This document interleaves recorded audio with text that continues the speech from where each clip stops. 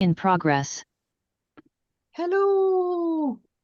So there I was with a pack of 20 goats and dog biscuits, and just you know how it is. Oh, Yeah. Oh, yeah. Oh, hi wait, we're live? everybody. What? Oh, yeah. We might have to Goats. tell the diuretic goat story today. Oh, Maybe, gosh. maybe we'll do that. I don't know. So how is everybody doing? It's Tuesday. There's nothing exciting about a Tuesday. I It's mean, the Monday only is thing exciting exciting. about it is that it's not Monday. That is true. That is true.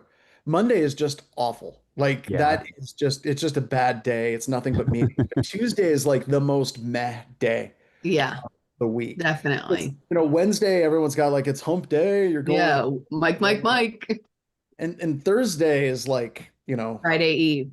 Friday Eve, very good. And Friday Yes. is just the day we go out and, hang out and so Yeah.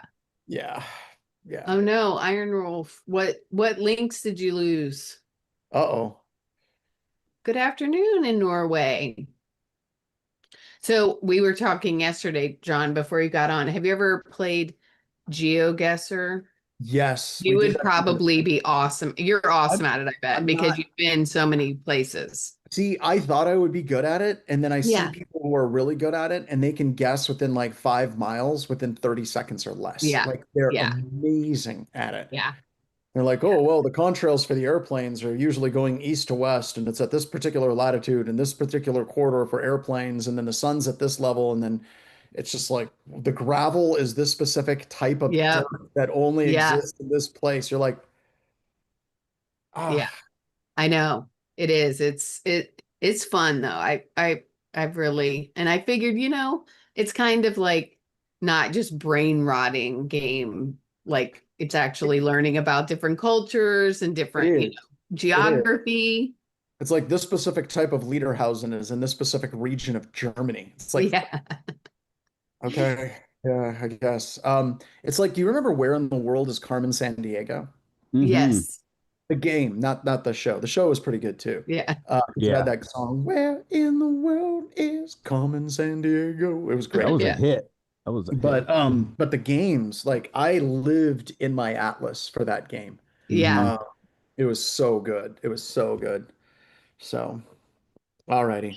We are Are we right ready to up do this? at the top. You should probably try and share screen. We always forget to actually test things Yeah. when we're supposed to test We just things. assume that things work. Yeah, they're That's gonna our work, problem. Yeah. That's All our right. It's good. problem. We just assume Yes, everything's going to be fine. It's all it going to be is. It's all fine. fine. Well, you can tap dance like no other. Well, I'm good at that, right? I have Yes. years of experience at doing that. Yes. Yes. So I should start my VMs, so I'm ready to Yeah, rock and probably. today. There we go. And then we're Okay. Well, if you rest need me, now. I will be here in the background. Have All fun. right. Have a good class, everyone. See you guys. All right, everybody. Thank you so much for joining day two. Let me get my camera and all my stuff set up. There we go. Oh, nope, it jumped over there because Zoom is evil. There we go. All right, so we just finished up talking about password type like protections, right? And the importance of doing that multi-factor authentication analysis. Now we're going to spend a little bit of time and we're going to talk about egress traffic analysis. Like how can we actually look at the traffic that's leaving a network to get a better understanding of what is on that network at that specific time? And when we're looking at MITRE, this is actually pretty essential, right? If we're looking at MITRE, there's a whole series of categories that are built around having a good, firm understanding of the traffic that is leaving your environment. But this brings us into a problem. The problem that this brings us into is whenever you're looking at data compression, data encryption, data size transfer, connection through proxy, command and control, cryptographic protocol, data encoding, obfuscation, domain fronting, almost every single firewall vendor out there is really, really bad at these things. And one of the reasons why they're really bad at it is because of encryption, right? Like encryption, SSL, TLS level encryption is going to mess with people's days because you're going to see traffic going somewhere. It's going to be encrypted, and people are going to be like, what's in that traffic? It's going to be like, I don't know. And years ago, before TLS SSL was really a big thing, because I remember the before 4 times, I truly, truly do, you didn't have as many problems because you could actually see inside of the traffic because the files are inside of the packets, right? And it was wondrous. I got to be honest with you. Like, this is one of those things we get to talking about in pre-show banter about how the younger generation misses out on wonderful things. Like, go watch Stranger Things. Like, yeah, we used to bike around the middle of night. Like, I remember I was kicked out of my house in the summertime and I wasn't allowed to come back in until the streetlights turned back on. My parents were like, "You're on your own. You're 6 years old, kid. Go out there and find dirt." The joy of drinking water directly out of a hose. Yeah, that was a thing. Did it all the time. And it's delicious, by the way. And also, I remember when most traffic on the internet was clear text. Yeah, everything was HTTP. People didn't go to HTTPS. I remember the days where you would authenticate to Facebook and you would authenticate to Twitter over TLS SSL and then would transfer you over to unencrypted so you could see everything that people were doing. These were great times. These were grand times. I had a case that I was working that was a murder for hire child sex slavery case. And all the IRC chats were sent clear text over Merck, and we were able to bring down the Facebook of child pornography. That was easy to do because literally everything was encrypted. We could see all the traffic, all the communication. We could see where people were coming from. We could get IP addresses of the clients. It was glorious. It was wonderful. And then TLS SSL showed up and started just wrecking the hell out of everything in a good way, right? In a good way, right? Because having encryption, all those things, really important. It's really important to have encryption, but it kind of throws a monkey wrench in computer security. And that gets into kind of the diametrically opposed areas of computer security, where we want to have security for protection and privacy, but we also want to have security for the purposes of visibility. It turns out we can still have a good level of security, even with privacy being enabled in these types of things as well, because we need that visibility. We have to have some level of visibility. Why? Because simple basic alerting on signature matching isn't enough, right? Just looking at a domain and trying to figure out if that domain is evil, or looking at traffic and saying it's evil, is very, very difficult because we're missing context. So let me explain a little bit about context and explain how context is really important. And this also bleeds into greater conversations of artificial intelligence. I have a number of new people that are getting started in computer security that ask me questions like, "John, is this rash infected?" And it's like, yes, probably just assume it is. Go see a doctor. I'm not a doctor. Why are you asking me these questions? They'll also ask me questions like, do I need to learn prompt engineering for artificial intelligence, or do I need to understand the basic core fundamentals on how protocols and operating systems work? And inevitably, I say those two things are intertwined.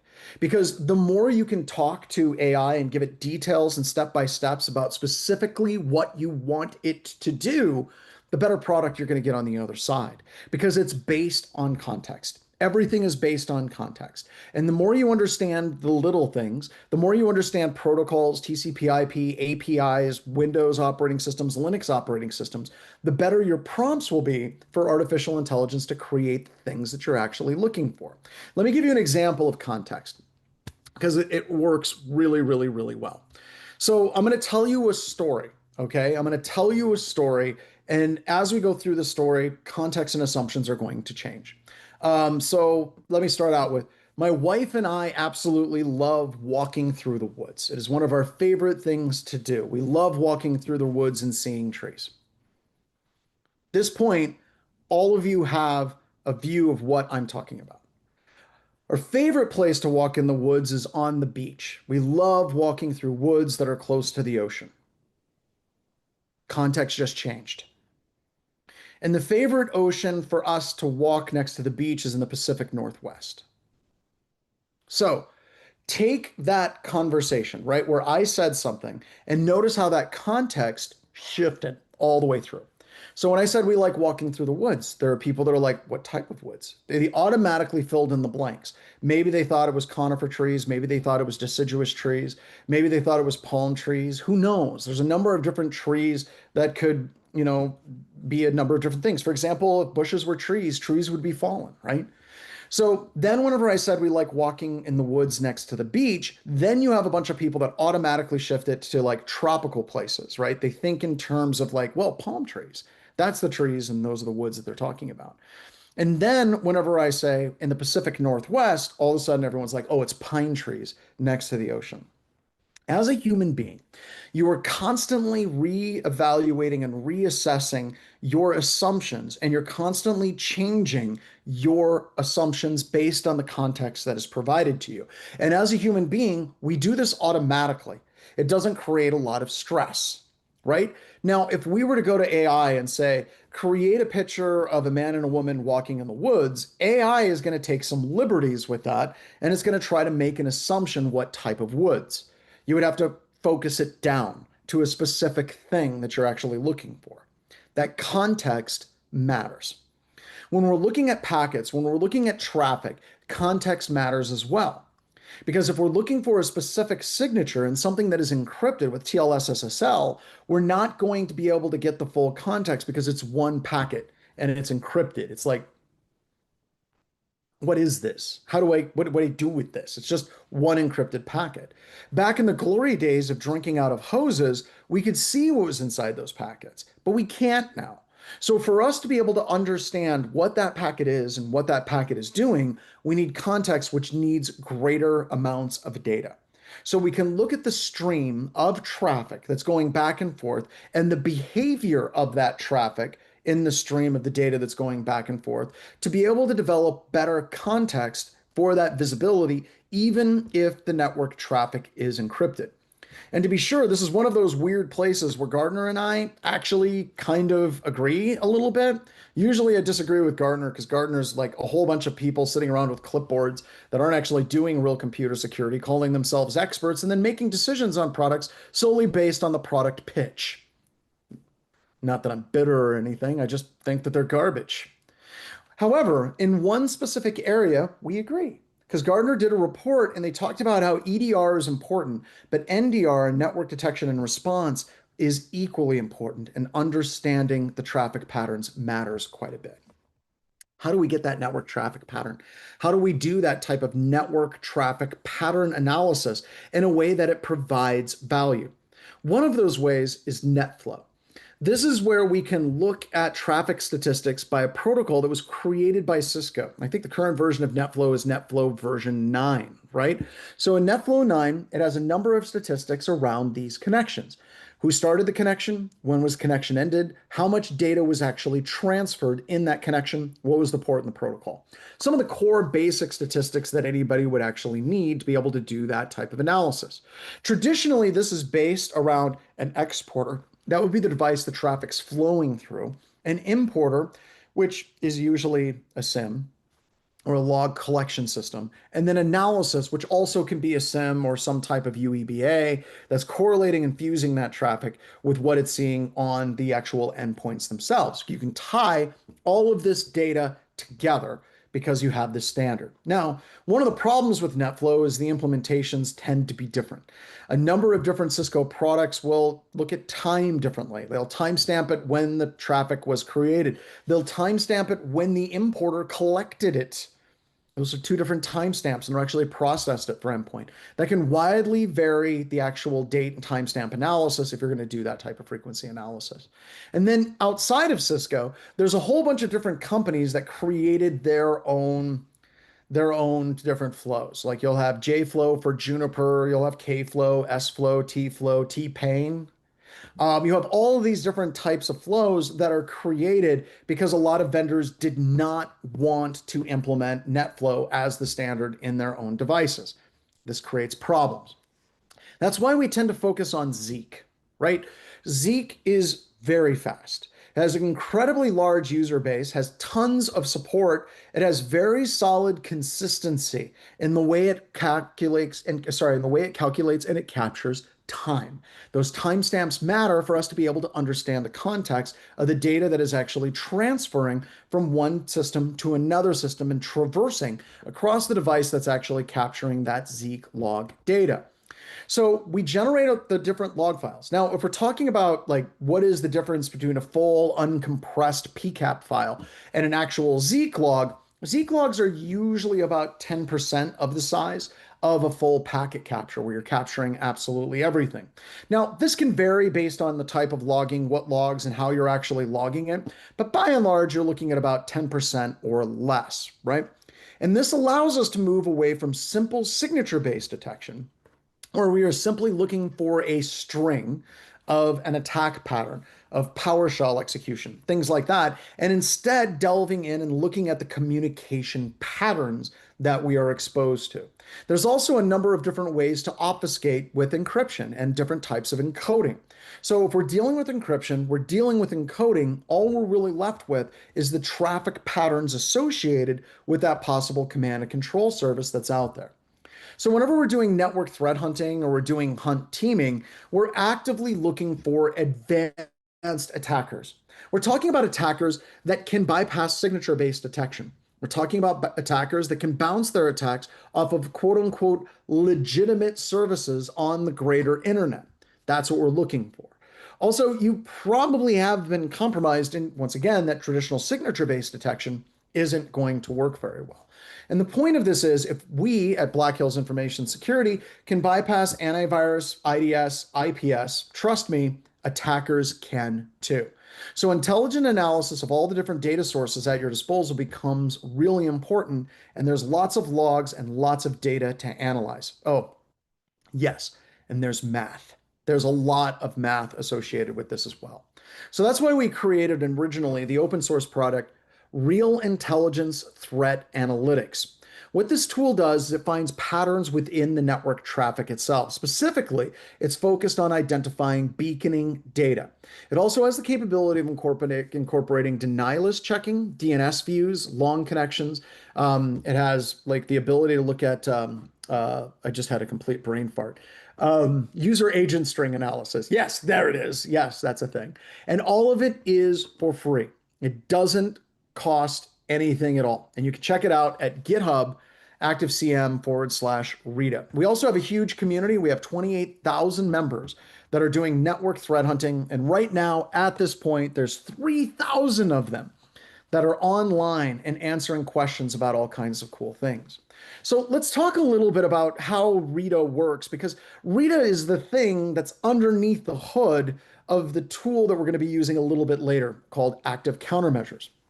So when we're trying to identify that context, when we're trying to identify that frequency analysis and trying to identify whether or not we're dealing with some type of beacon, we can look at it in a variety of different ways.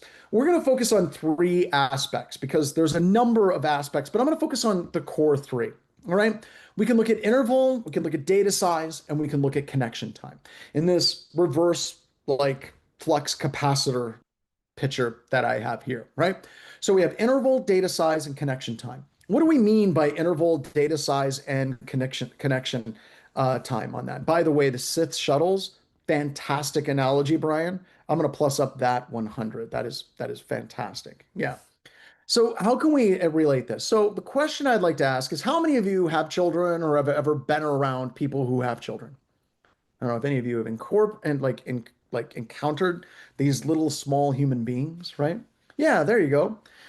So if you ever are around children, you're going to see or have a conversation that goes something like this. Mom, mom, mom, mom, mom, mom, or dad, dad, dad, dad, dad, dad, dad, dad. Ooh, ooh, ooh, right? That's a beacon, right? It has a really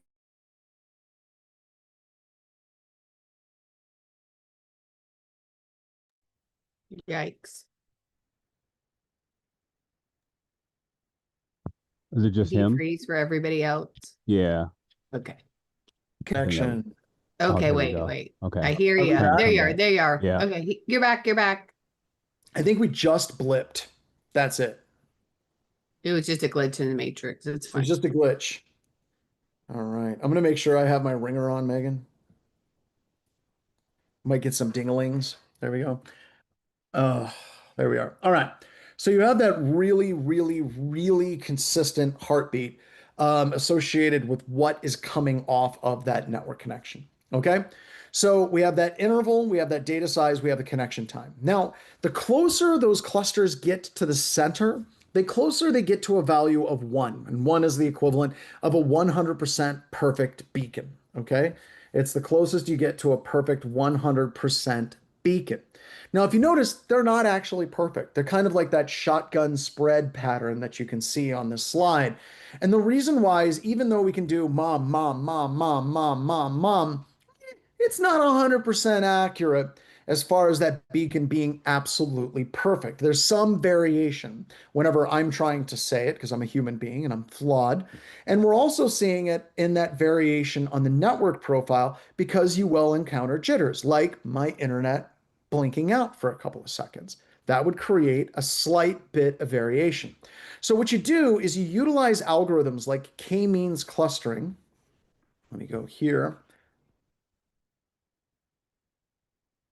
So we go to k-means clustering. This particular algorithm is a machine learning or like an AI algorithm. And this is the math associated with it. And like I like to say, it's like, oh, it's pretty much self-explanatory if you think about it. But really, what it is trying to do is identify clusters and patterns of data. And that's what we have here. So you can use algorithms like k-means clustering, or we use MADMOM, medium average distribution of the mean. And we also do a number of different other statistical analysis algorithms. And I'll show you what those look like here in just a couple of seconds to identify that frequency and that beaconing in the traffic.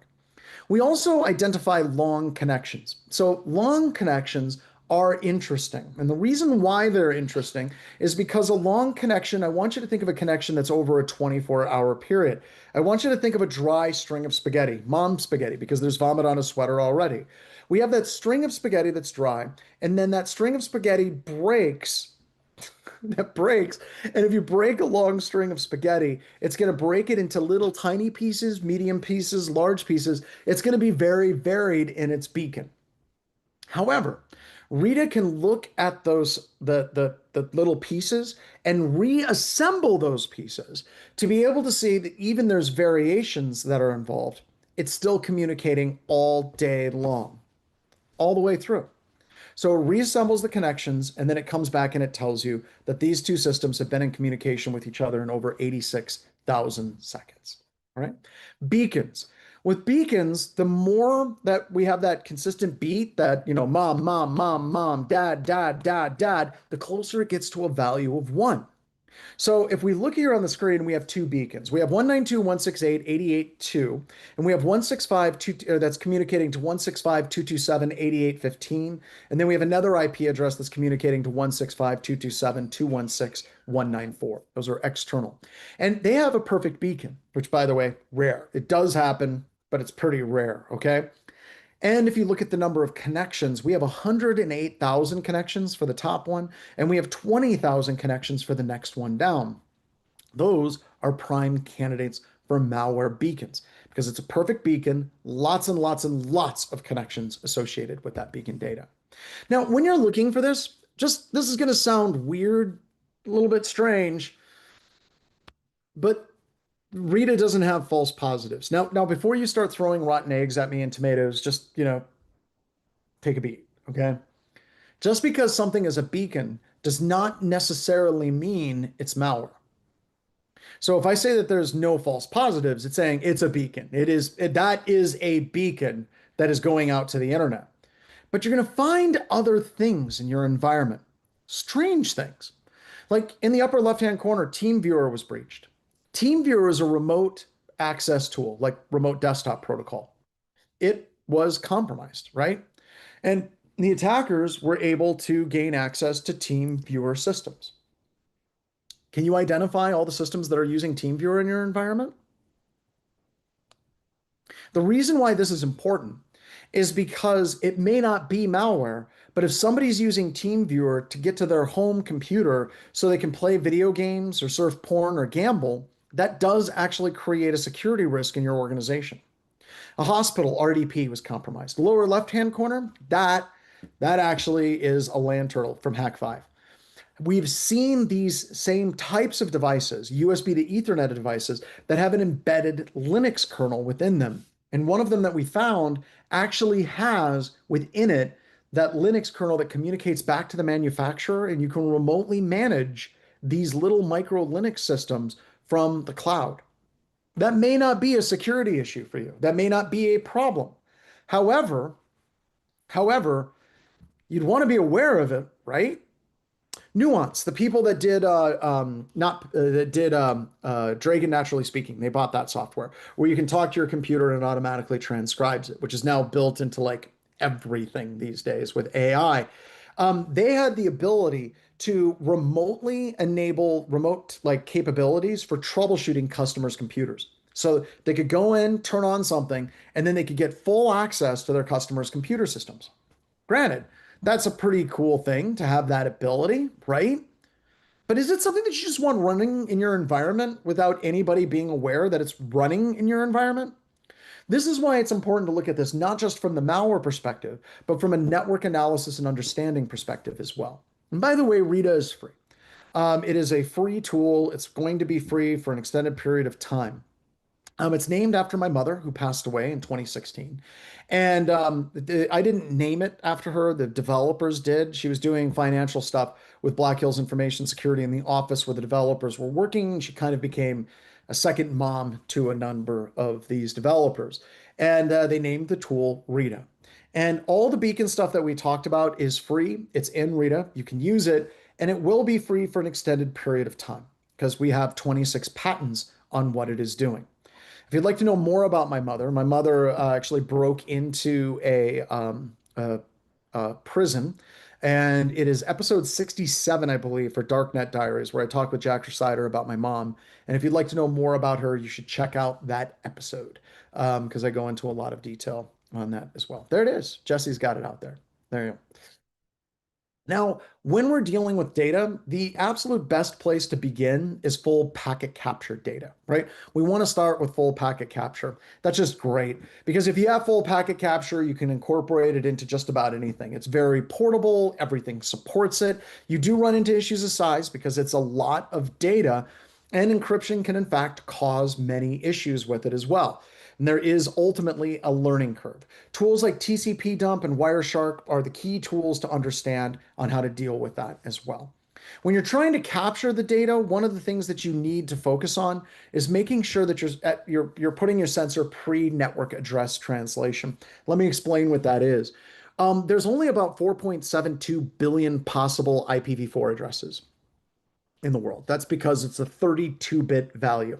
If you take 32 bits, you look at all the combinations of the ones and zeros, it's 4.72 roughly billion possible values. But there are a lot more systems and a lot more devices than 4.72 billion on the planet. When they first developed IPv4, they thought that would be plenty because that's enough for every single person. Why would every person want to have their own IP address device thingy? Just give me a second here. Cat pics. So we ran into a problem, right? We ran into a problem, I want to say mid to late 90s. Can someone look up when the Cisco ASA was first released? Go to the Wikipedia, Google search Wikipedia Cisco ASA, and give me that date. I want to say it's like 97, 98. I'm not 100% certain. But with the advent of the Cisco ASA, they implemented something called network address translation. You also have port address translation as well. Now, with the network address translation, what it does, oh, it was 2005. Okay, I was way off on that. But the adaptive security appliance came out and it started implementing network address translation. And what this allowed you to do was have multiple computer systems all behind that NAT device, in this situation, the wall that is on fire, which you can see here, because my wall is on fire. There we go. I guess, Rihanna reference, I guess. All right. So every single system behind that, when it connects through that device, gets the same IP address going out to the internet. And then network address translation device has the ability to keep that status and that tracking of all the devices on the back end and how it's relating to the connections going out to the internet. Pretty cool, right?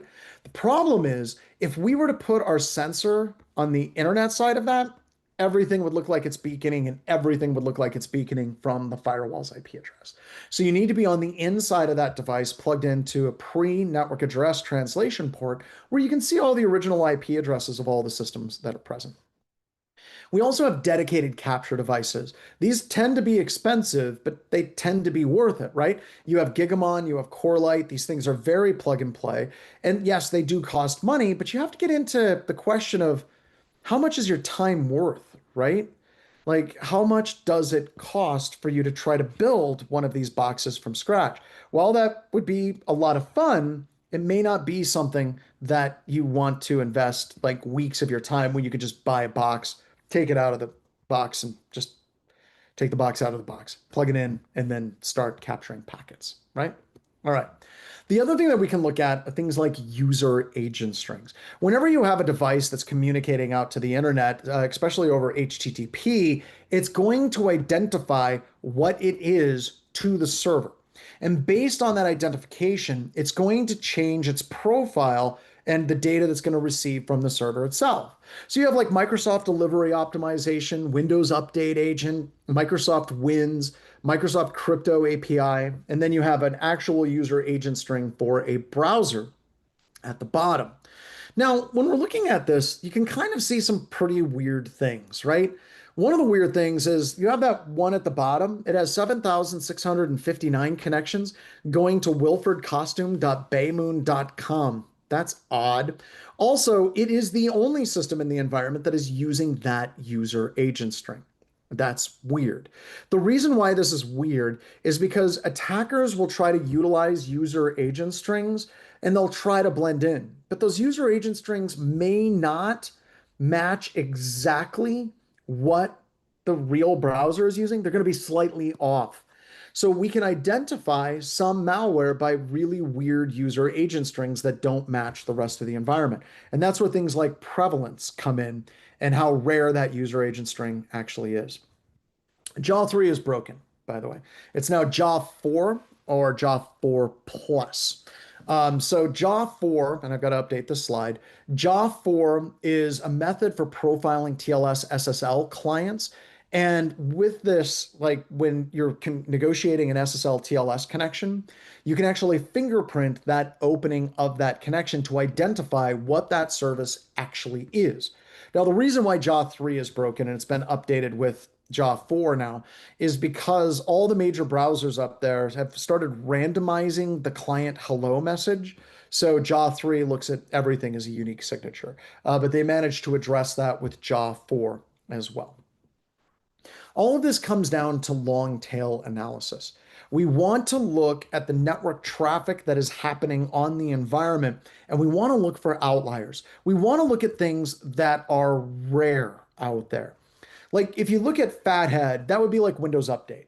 Every system in the environment is going to Windows Update, right? That would be Fathead. The majority of the connections that you see would be Windows Update that are beaconing.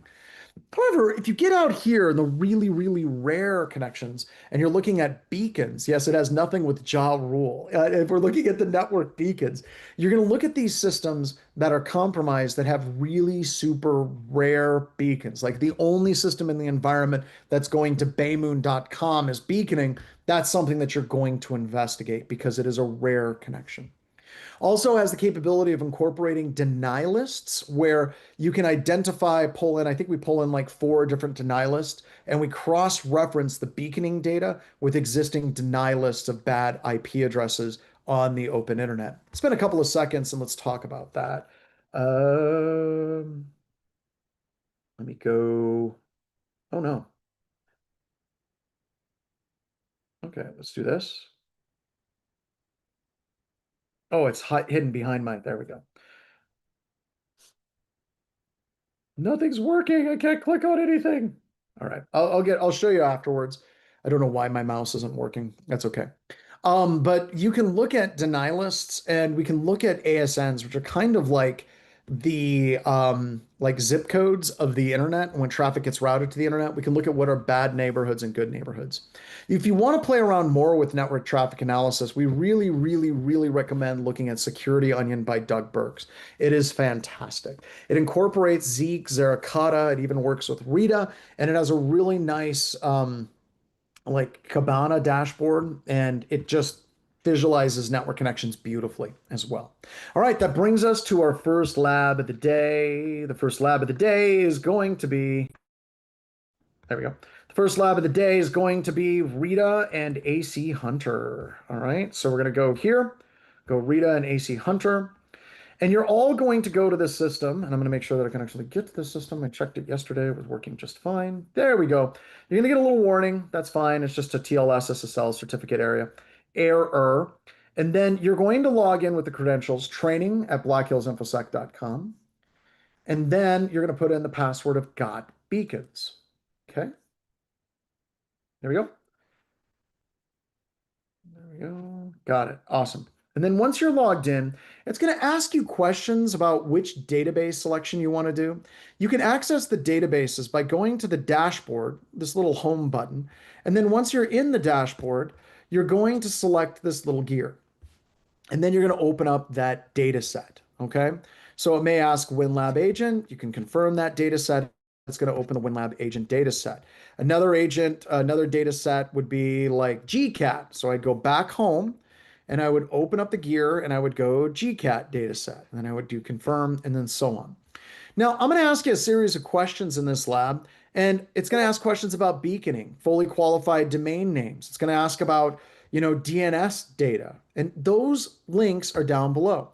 You have beacon data, you have DNS data, you also have client signature data, and beacon's fully qualified domain name if it's available as well. So that is what we're going to do. We're all going to use this, and you're going to answer these 4 questions, okay? You're going to answer these 4 questions. Now, this is going to take us up to and through the break, roughly 30 minutes for the lab, and then 10 minutes break on the other side. All right, so let's go ahead. Let's jump to it. You can go right in. Let me pull up this lab link, put that in here. There we go. There you have it. All right. And with that, let's get rolling. If you need anything, please ping us in technical support, and I'll be back at 10 after the hour.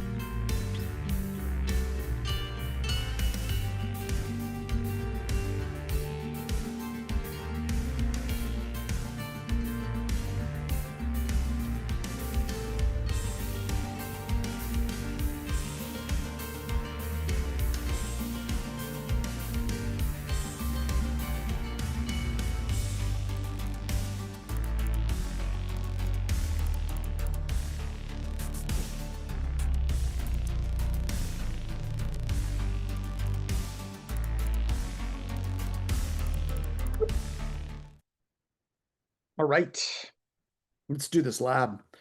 Okay, so the first thing that we do, yes, I know that my scene is live. Thank you. So I appreciate it. I'm willing to bet that my AI hosted system is going to require me to authenticate again because it does every time. So I'm going to go ahead and I'm going to go to training.aihosted.com. And then I'm going to go to got beacons. There we go. There we go. I'm going to set it to do you remember me? There we go. Alrighty, we are in. Let's start with the first question. The first question is, in the WinLab agent dataset, what is the connection interval for 10.10.98.30? So let's go to WinLab agent. So a little bit of question on what is WinLab agent. WinLab agent is actually a backdoor that was created by Black Hills Information Security's own Joff Thayer. Joff created this backdoor to kind of bypass this k-means clustering thing that we have here, um, where a lot of different tools like Splunk, when they're doing Zeek log analysis, they focus specifically and only on k-means clustering. One of the things that you're trying to deal with is you're trying to deal with multiple different ways of analyzing the exact same data set to be able to identify it. I want to make sure we're all okay. I just saw an O face, like, oh no, Mr. Bill, maybe we'll call it the Mr. Bill face. There you go. And you can actually bypass some of the detection of some of the tools out there like CrowdStrike and some of the stuff that Splunk is doing if they're just using k-means clustering. So that's a little bit of back information about the back door of WinLab agent. So if we go to the beacon, we're going to get a lot of data that's pretty flipping awesome. It's pretty cool, if I do say so myself, and I do say so myself. Well, here's the deal. This right here is the primary frequency. It has a 15-second interval at 3,729 connections. It also has a little bit of left drift right here. And once again, this is enough usually to break k-means clustering because it's not perfect. You still have your good frequency, but you have a little bit of drift going on here. That's one way that you can break k-means. But this is still 98.1% certain that this is, in fact, some type of beacon. We can also look at the data size associated with it by clicking the second view, and you can see that all of the connections have a 0 byte payload. Now, this actually becomes incredibly important because it means the backdoor was never activated. It was never activated insofar as the data that we are analyzing. And this becomes critical because it's very common for management to ask questions like, did they exfiltrate any data? Did we get anything lost? The answer to this question is based on the data that we have. No.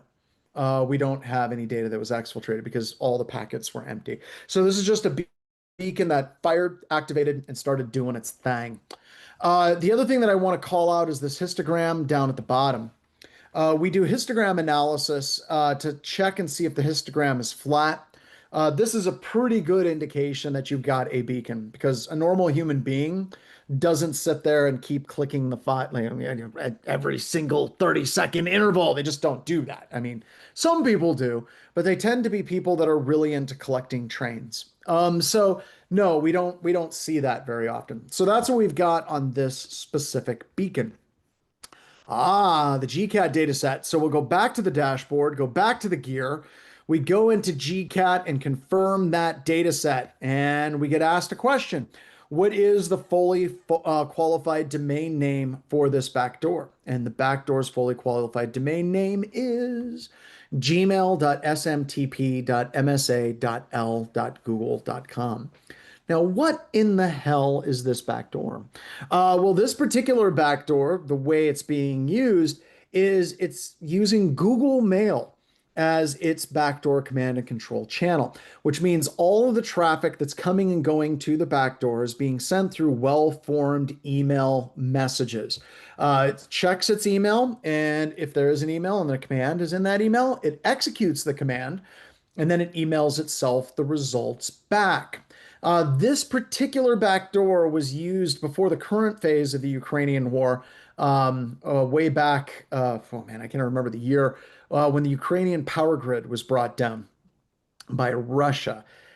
So this is a backdoor that we created at Black Hills Information Security, and the Russians stole this idea and implemented it. And the reason why we released this as a tool, we did it as a proof of concept tool. And you just hover over here, Witherwolf. You see up here, destination. You see it up here. I'm hovering. gmail.smtp.msa.google.com. You can also see it up here. It'll have the IP address, and then the fully qualified domain name is right here as well. So there you go. And we created this backdoor originally because we noticed that none of our customers were able to detect it.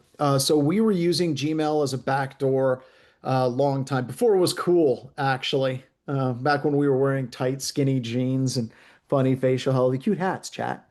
You know, the cute hats. Yeah, we had those. We had all of those things. But yeah, we were doing this before it was cool.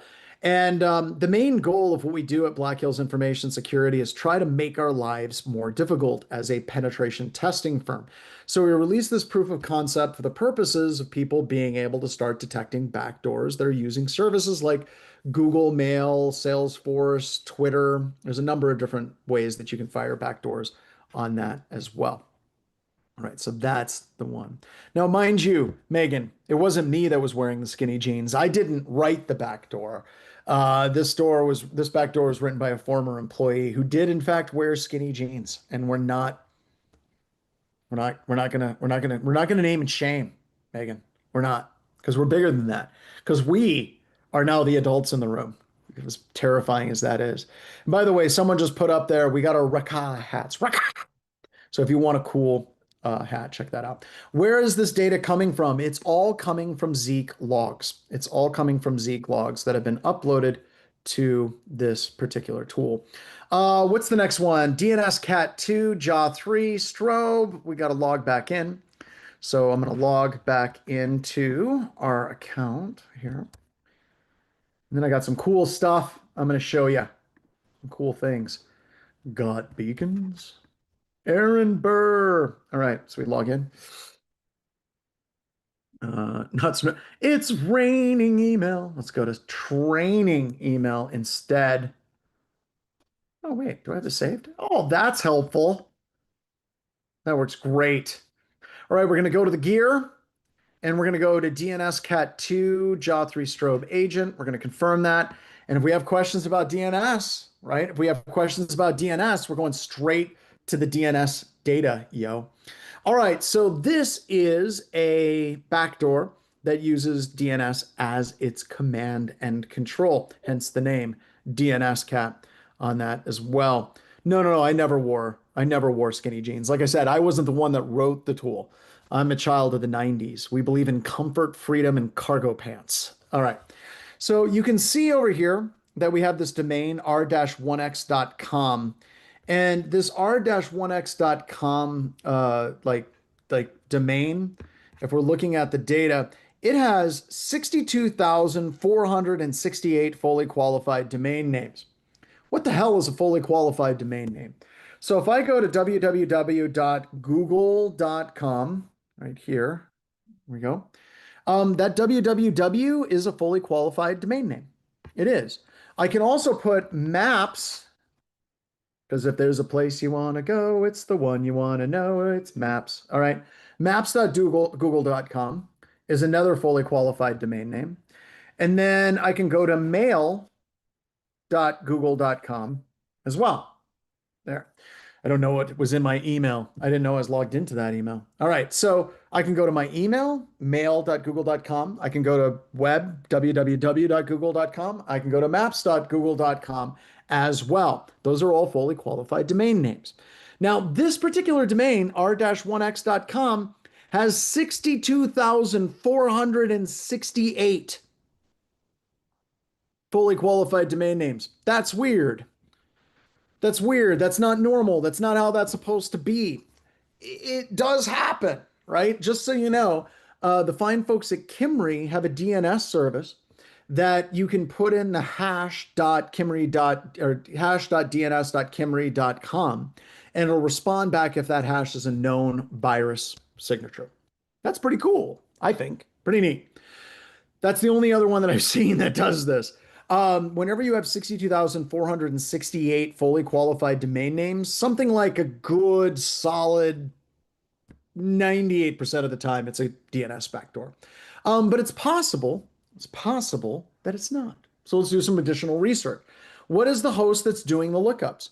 In this situation, you can see that one host is doing these DNS queries. Once again, maybe totally normal, maybe completely normal for that. The reason why is domain controllers tend to do the DNS lookups for every single system. They do the recursive lookups for systems in the environment. So that could be a domain controller. But if that is a domain controller, you would expect it to do the DNS queries. You would not expect it to do the direct connections. However, in this data set, only one system is making those DNS connections or making those direct connections, making the queries, and looking up all the fully qualified domain names. And that's why we call this a DNS backdoor. I'm going to fire up my Kali system. Let's go to parallels real quick. Got something else I'm going to show you. A couple of additional things. I don't need visual code. Thank you very much.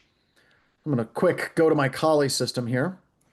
And I want to talk a little bit about how we can look at these different, how we look at things like ASNs. All right. So when you're looking at ASNs, you can look at them in, let me explain what an ASN is first. So an ASN is anonymous systems number and autonomous systems number. And I want you to think of it as a zip code for the internet, right? So we have 4.72 billion possible IPv4 addresses. There's a whole bunch more IPv6 addresses, things like that. And your system has to route traffic on the internet.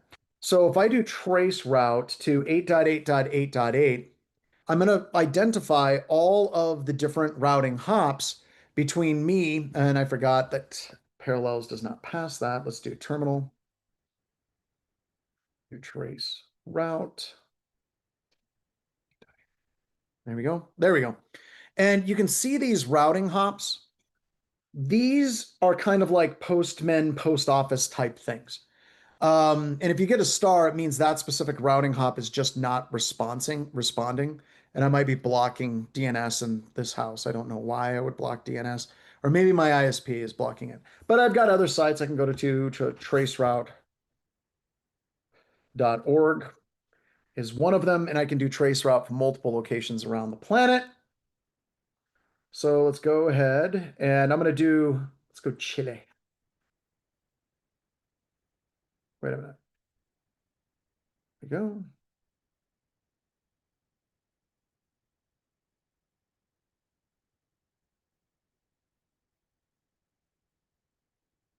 Oh my gosh, you got to be kidding me. It's one of those days. Let me go to a different traceroute site. Let's go to online traceroute. There we go. So I'm going to put in an IP address. Just stop. There we go. And we can see that there's different routers that are sending the traffic to different places. It takes a couple of seconds for it to run through. There we go. So from their particular website, you can see that these are the routing hops to get to dns.google.com. And if we did this, I'm still getting stars. So my ISP is blocking traceroute traffic. Fine, whatever. But I can run this. Now, each of these are kind of like post offices that are responsible for zip codes on the internet. So if I'm sending something to Google, all of these routing hops are transferring that data to Google itself. Hopefully that makes sense. So what do we know about these different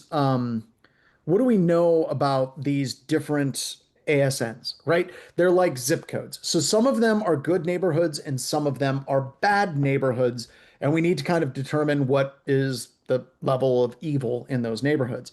I created a series of scripts that allow you to look at all the neighborhoods and then correlate it to the bad IP addresses or deny listed IP addresses that are on the internet. And this is what it looks like. So if you want to know where the bad neighborhoods of the internet are, you can see right here that China 169 Backbone China Unicom, they have 10,701 deny list entries. China backbone number 31 has 9,144. DigitalOcean is right up there, 6,603.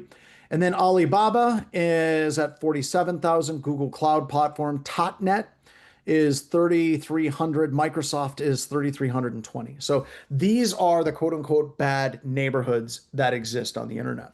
The ones associated with China make sense. When you get to DigitalOcean, that's because a lot of people are hosting their servers in DigitalOcean. So it makes sense. And that's the same thing that you would see with that down here with Microsoft Corp. That is Azure hosting. And then I saw Linode is here as well. So you can get an idea of what ASNs are kind of evil or prone to have evil uh, ASNs and IP addresses on them as well. So this is a lab that I'm working up and I'll share with you if you guys want to play with it. Let's see if I can find it. Let me go to my intro class files.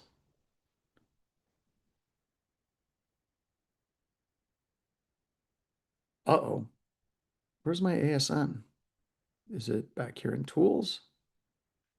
Intro class files. Here it is. So this particular file has all the commands that you can do this at home. The first one takes a little while, but I'm going to build a lab around it. wget, we're going to pull bad IP addresses from Ipsum, and then we're going to send each of those IP addresses, and we're going to pull out the ASN name, and then we're going to basically sort the ASNs by how many deny list entries they actually have. So that is that link. If you guys want to try to do the same thing, you absolutely can. The other thing that I wanted to show you that I'm kind of excited about, we aren't there yet, but we're getting really, really close. And I did see that here is AC Hunter 7.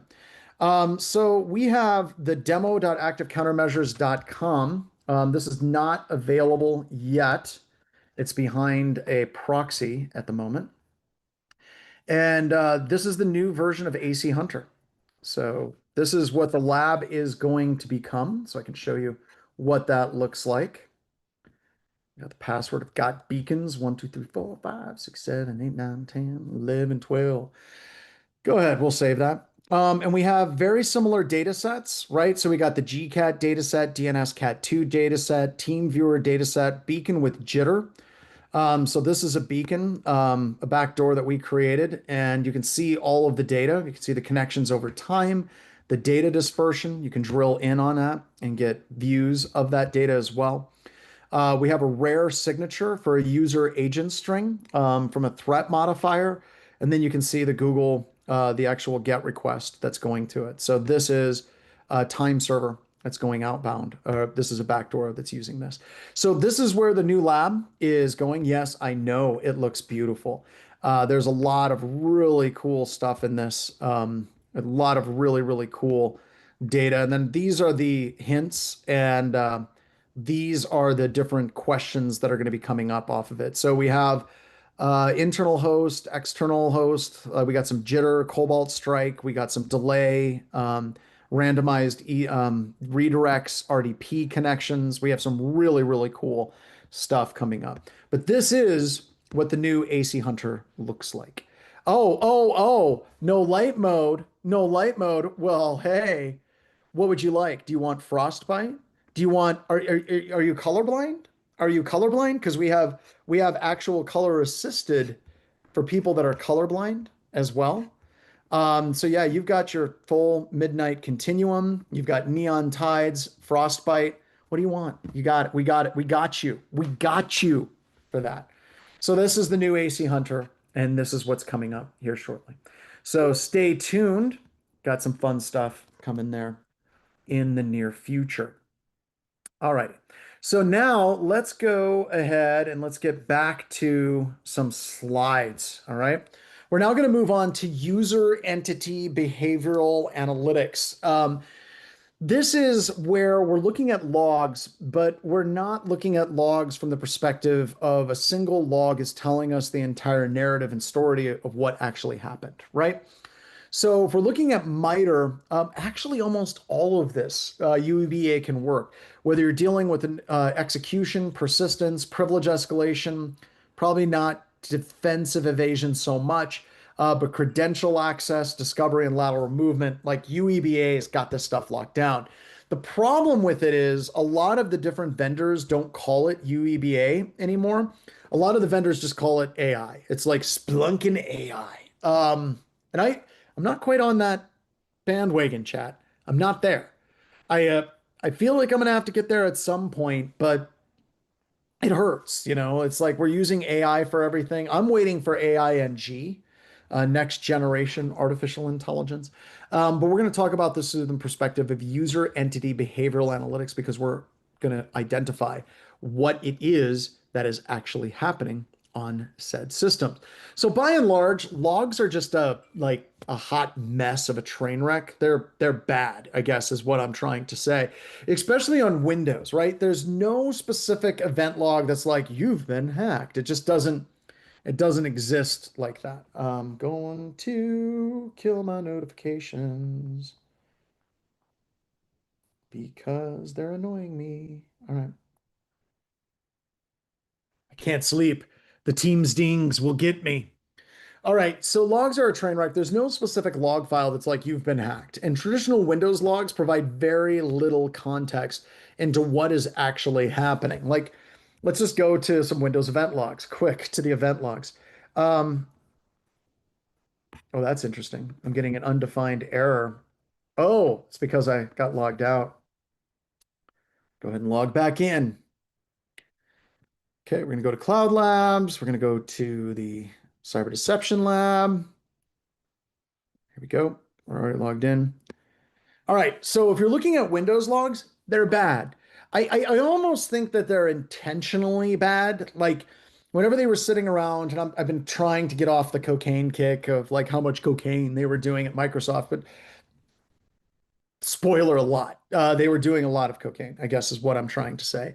So if we're looking at like event logs on a Windows computer system, go to Event Viewer, and I open them up. And if I'm expecting some type of like luminescence to come down from the hills and tell me what is actually happening on my system, I'm going to be sorely disappointed.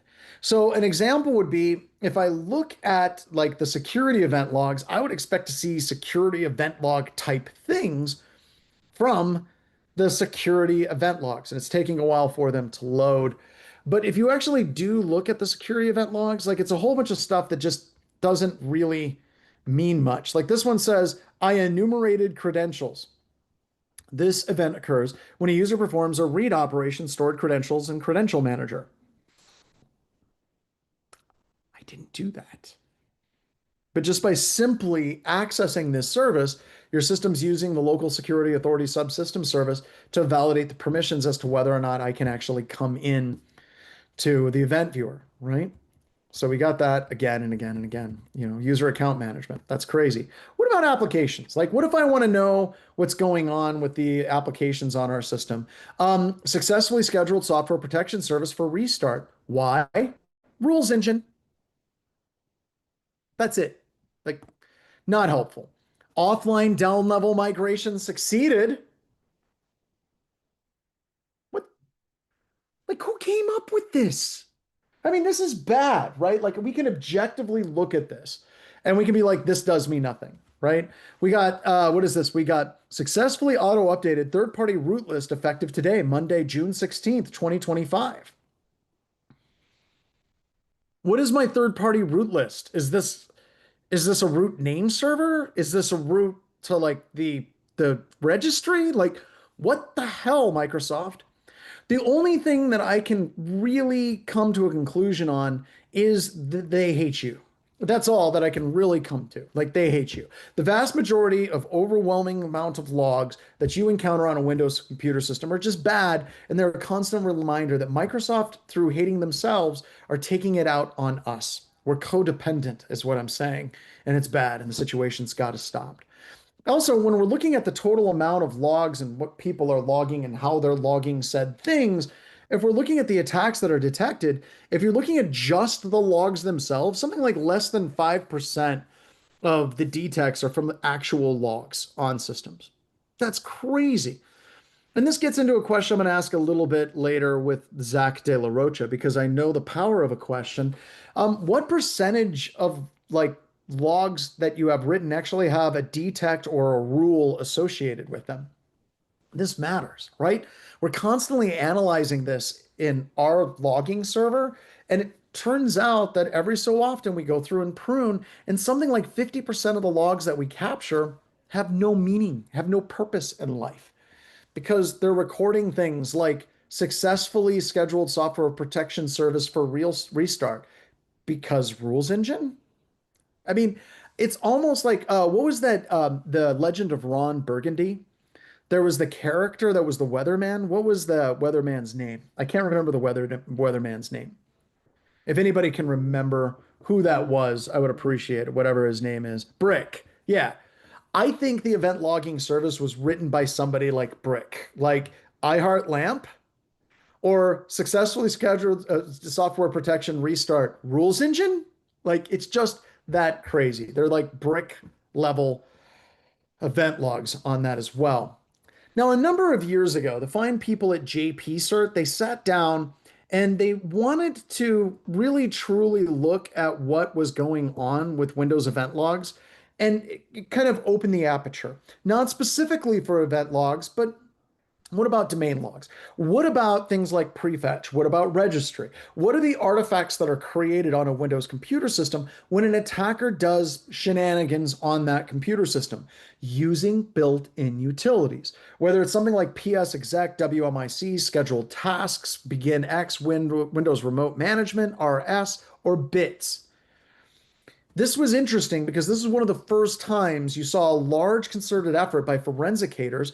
Yes, they call themselves that intentionally with their outside flappy voices. When forensicators sat down, that started looking at these things by looking at actual attack methodology and what are the artifacts that are created around those artifacts was kind of a revolutionary thing, right?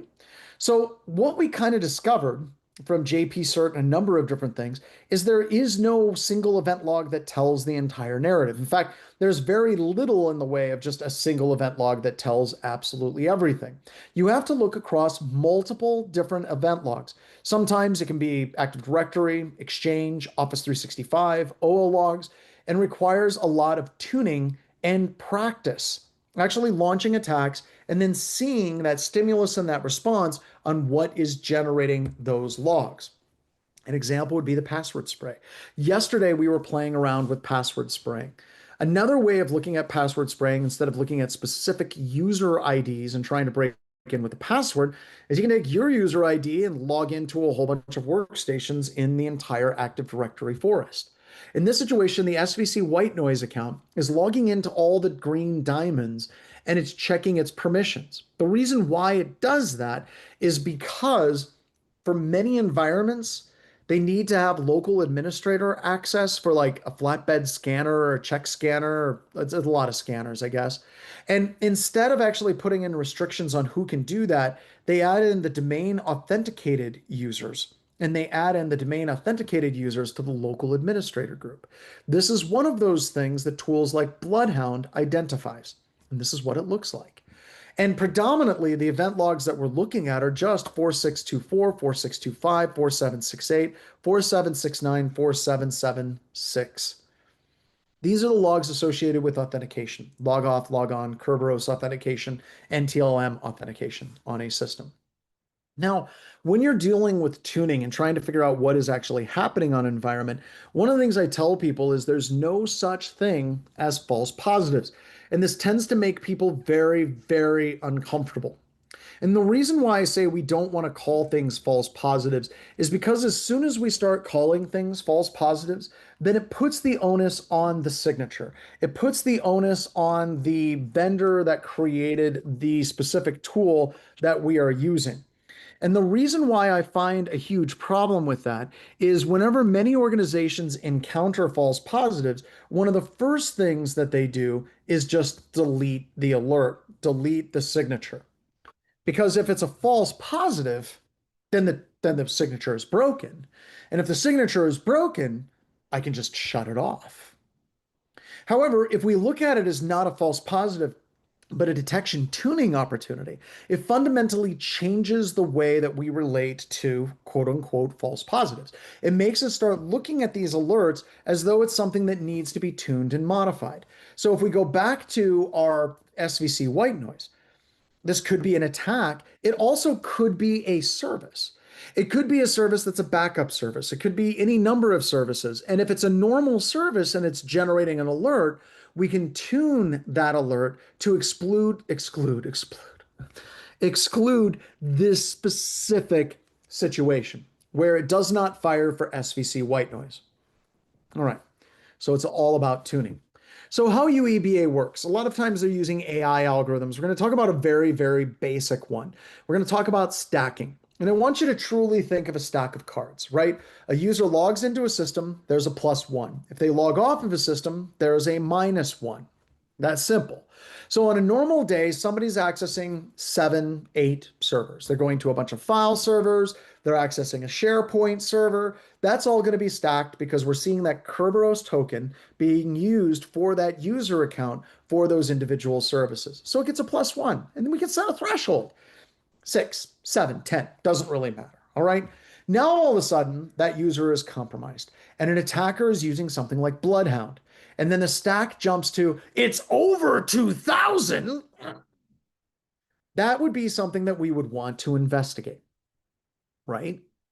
And a lot of people, they get really worked up on the fringes, like, ooh, 15, it's seeming like that might be a bit high, without understanding that whenever an attacker attempts to move laterally within the environment, they're going to generate a tremendous amount of white noise in that process of moving laterally. So that's an example of stacking. But let's say we set that threshold and we want it to be variable. Some people are accessing multiple different shares. They may be accessing 15. Some people will access only like 2. When you take something like a stacked analysis and you apply that across a learning algorithm, that's where AI comes in as an example. So it starts to learn what is normal. Let's say a standard user account like SharePoint file servers 3. We got Exchange, file server, and SharePoint, whatever. That's it. Now all of a sudden Bob's account jumps into 40 different systems on that as well. The Intro to IP Network online course is for TMR. I don't know what TMR is. That's me tomorrow morning at 4 a.m. We're going to be doing a lot of the same labs that we did here, and then also the Intro to SOC course skill labs as well. So we'll be doing that as well. All right. So if we usually pull 30 meg of data off a system, and now they're pulling 3 gig, or God help us, a terabyte, that would be something we would want to investigate. And AI takes those different numbers for each user, and it learns what is normal for that specific user. And then whenever an anomaly occurs, it notifies you. So next question is, where are your logs? I mean, really, truly, where are they? Point is, everywhere. There's logs just everywhere. Most of them are actual garbage. Is it 4 a.m. Eastern? Seriously, I thought it was 4 a.m. Hold on. I thought it was 4 a.m. Mountain. I'm doing a thing for Europe. It's totally It side. is. It's your time, not our time. Okay, thanks, Megan.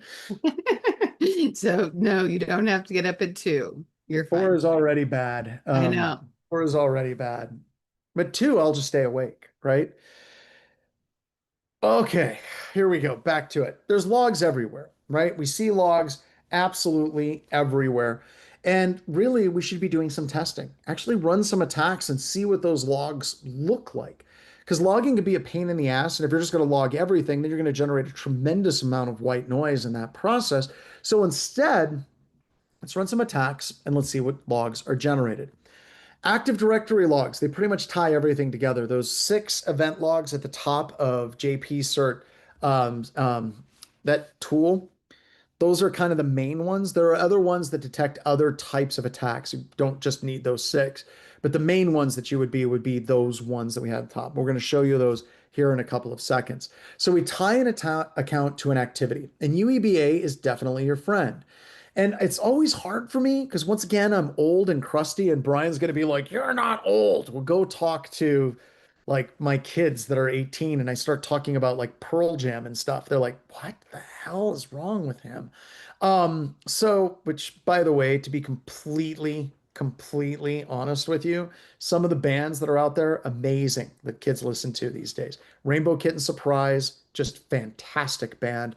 The other one, Backseat Lovers. I don't think if anyone's seen that. They're great bands. There's a lot of them out there. So at any rate, back to Active Directory logs. If you're trying to find out what is going on, you're going to generate some noise. Once again, these are detection tuning opportunities.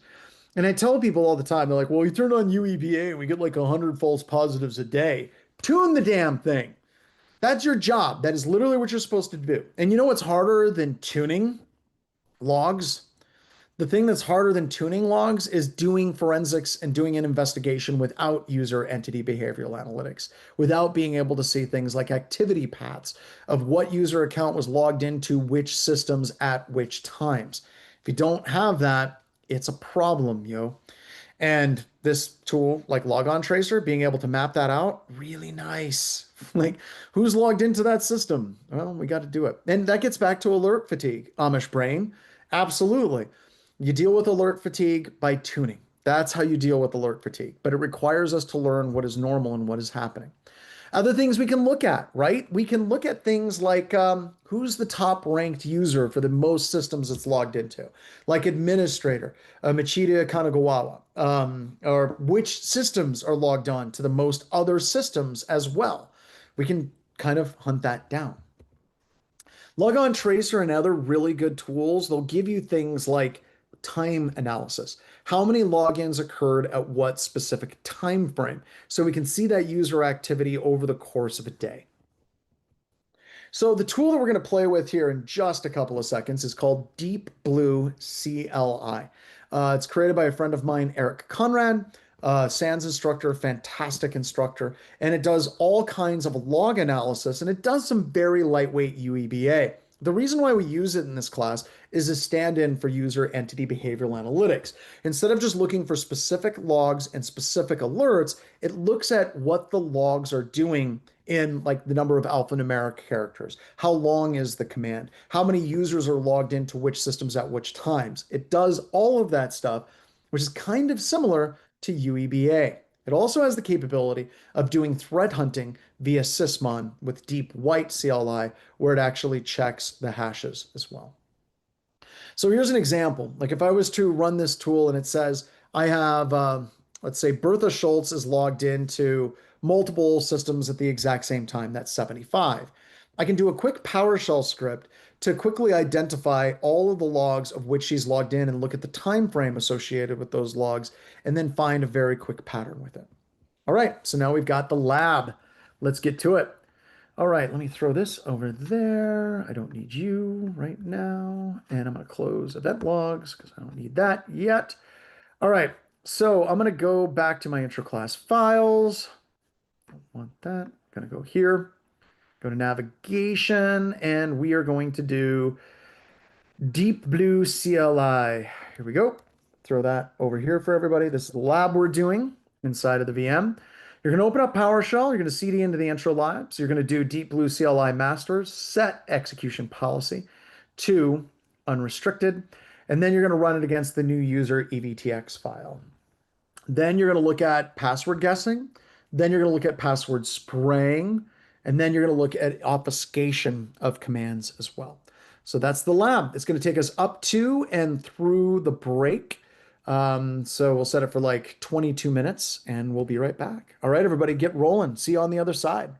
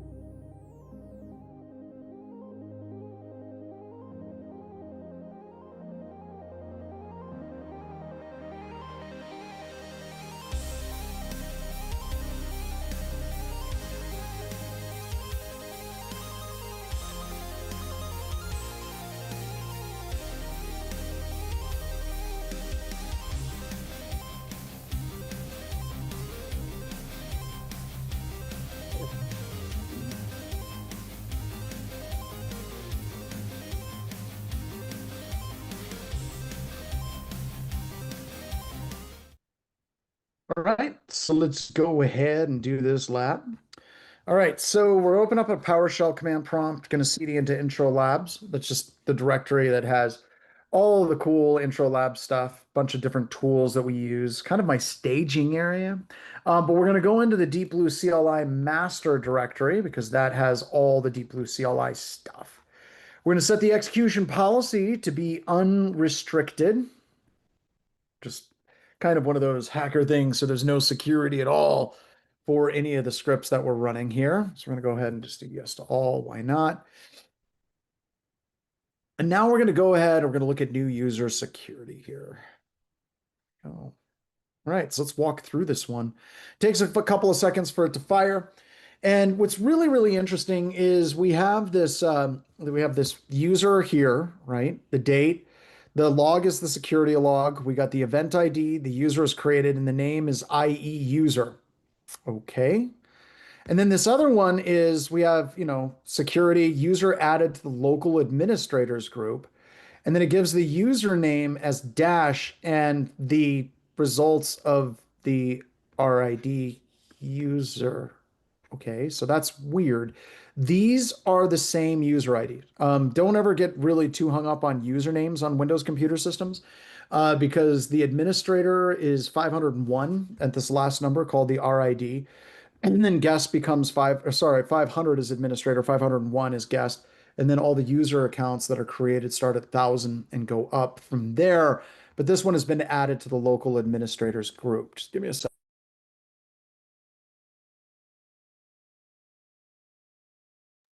Excuse me. So that's sketch, right? One, that's a really, really sketchy name. And number two, this user has been completely elevated into becoming an administrator on that computer system. That's bad. The next one is password guessing. This is where somebody is trying to break into a specific user account. So let's go ahead and copy that command and let's drop it on over. There we go. And the account that they're trying to brute force in this particular situation is the local administrator account. Now, by the fact that this is able to run, and you can see so many failed user attempts for the local administrator account, this actually tells me a couple of different things. I'll go here to the screenshot and we'll talk about it. We have 3,561 logon failures for the local administrator account. Now, what's interesting is you by default cannot log on to an administrator account via SMB on modern Windows computer systems. So more than likely what we're looking at, and I didn't create this log file, so I don't know. It's possible that they changed the group policy settings on it. But more than likely when you see something like this, it can only happen in one of three scenarios. One is a change in the registry that allows it to happen. Two is the user is sitting at the workstation and trying to log on to the administrator account. Or three, the administrator account is trying to be logged on remotely via remote desktop protocol. So that's what this is basically telling me, is we have multiple failed login attempts for the administrator account, and that needs to be investigated further as well. Now, that is very different from a password spray. We talked about password sprays yesterday. And whenever I'm trying to do password guess, I'm trying to guess a password for a specific account. When I'm doing a password spray, however, I am trying one set of credentials like summer 2025 or whatever, and I'm trying to hit multiple different user accounts in doing so.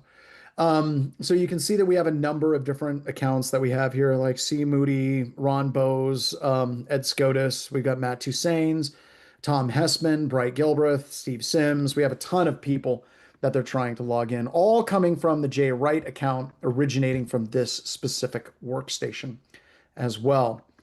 Now, my favorite one about this, and the reason why I think that this is so cool for kind of showing you kind of what UEBA does under the hood. For the record, no one's going to sit down and run Deep Blue CLI as their user entity behavioral analytics engine. That's just not at all how this is going to happen. But it works really well as a stand-in to kind of show people what it looks like when it does fire and when it does work. So with this, you can see all of these, they're not just single, not all of them, but a number of them are not just one event log, right? You have to look across multiple event logs to see someone trying to do a password guess against the administrator account. That required 3,561 event logs to tell that story.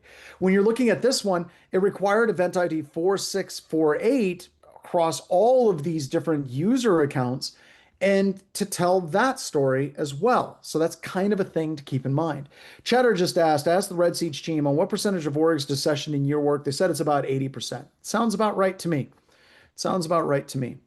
Now, the last one I want to show you is the last one I want to show is oopsies, is the obfuscation and a coding.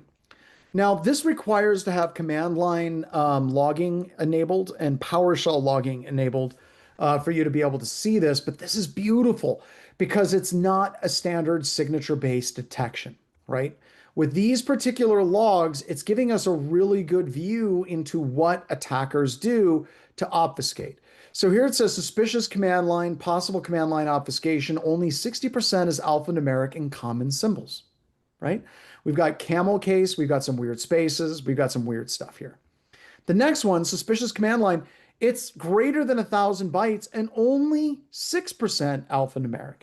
What the attacker is doing here is putting in a whole bunch of spaces right at the beginning to hide from SIMs, and then it puts the actual attack. So it's kind of creating that white space at the front, hoping that somehow at the front it'll be obfuscated and truncated. Next one, suspicious command line, only 58% alphanumeric. And with this, you can see it's taking each individual character and it's basically doing, like hexadecimal or ASCII encoding. So if I go to here, let's go to my thing here. Let me log in. If you all remember the movie The Martian, they were communicating in hex because they had very, very limited amount of data and bandwidth to send back and forth. And I think they were using cameras. But there's multiple different ways that you can encode something. Like here you can see that we have hex character 41 is an A, 40 is an at symbol, 42 is a B, decimal is 66, and octal is 102. So there's a number of different ways to encode your characters that you have set up. And of course, we also have the lookup tables for the different characters as well. So we have 4-1 is a and so on. 4-2 is a B and things like that. So we can encode things in different ways. So what it's doing is it's taking the characters, each one at a time, it's loading it up into an array in each character, and then it's assembling that array together. This one is just really bizarre, different types of encoding. I honestly can't put heads or tails in this one, but yeah, your computer speaks lots of different types of encoding. So pretty cool. We have base 64 encoding as well. And then we have binary encoding as well. And then this is the same thing as above. Instead of doing char 152, char 145, char 143, it's basically just loading all of them up into an array. And then for each doing char convert to int 16 and then loading that into a string as well. So once again, your standard signature-based detection, when it's looking for a specific string, isn't going to be able to detect this type of obfuscation. It isn't going to be able to detect this type of oddity in what's happening in your environment. It requires something that's looking deeper in the data and trying to understand what exactly that data is doing. Oh, Chris has got, I speak Bocce. Yeah, that's right. 3PO, multiple different types of encoding that they support as well. That's pretty funny. All right, so deep white CLI, as I said, it takes the SHA-256 hashes from Sysmon event logs, which we'll talk about here in a little bit, and it allows you to do a lookup on those. All right, we're going to get to that Sysmon lab here in just a few moments, which is a pretty good sized lab to show you where we can get actual good logging for Sysmon. So going back to the Windows event logs is a train wreck type theme, which is, I don't know if I spend too much time on this. Sometimes I think I do. I'm not sure. At any rate, I spent a lot of time talking about it, but we have the key important event IDs, 4624, 4634, login, log off, ACL object access, process launch usage. These are ones that we see quite a bit in many environments, but some of them are kind of noisy, right? Especially the firewall logs. Like almost every single time there is a connection, it's going to generate an event log for that, which is kind of weird. Like my Zoom is just moved all my stuff all over the place. There we go. That's better. All right. So these event logs are kind of the ones you want to look at. And as I promised, we bring Zach De La Rocha back into the scene, and he knows the power of a question, right? How much do you log? Our largest customer logs petabytes of logs per day. That's a lot of freaking logs. And what's problem with that in number of different customers and pen testing is they tend to wear it like a badge of honor, like I log a crap ton of logs. But that really shouldn't be what you're asking. You should be really trying to focus on what do you want from your logs, right? Do you want your logs to actually tell you an attack? Well, then generate attacks, learn what logs tell you about those particular attacks, and then focus on those logs. It's just a different way of looking at it. Also, what percentage of your logs have an alert or a signature actually written for them? And in most organizations, this is like less than 5% of the logs that they log actually have a report or a log alert associated with it. Yes, petabyte per day. We have some big customers. All right. Now, command line logging, like we were doing in the lab just a second ago, where we can see the command line invocation of what's going on here, by default, that's not enabled on a Windows computer system. If you want to enable that type of logging where you can get that type of visibility, it's weird because once again, it looks like Microsoft just went out of its way to try to generate as complicated a process to enable that logging as possible. I'm going to go through this quickly to kind of like get to the point of how absurd it actually is. But I want you to kind of look at it not as like, oh, I got to memorize how to do this crap, but I want you to get into why it's nuts. First, you have to have audit process auditing creation enabled. You must enable the policy setting, include command line in the process creation events. And then Windows has an alert in one of their things in their articles. It says when you use advanced audit policy configuration settings, you need to confirm that these settings are not overwritten by basic audit policy settings.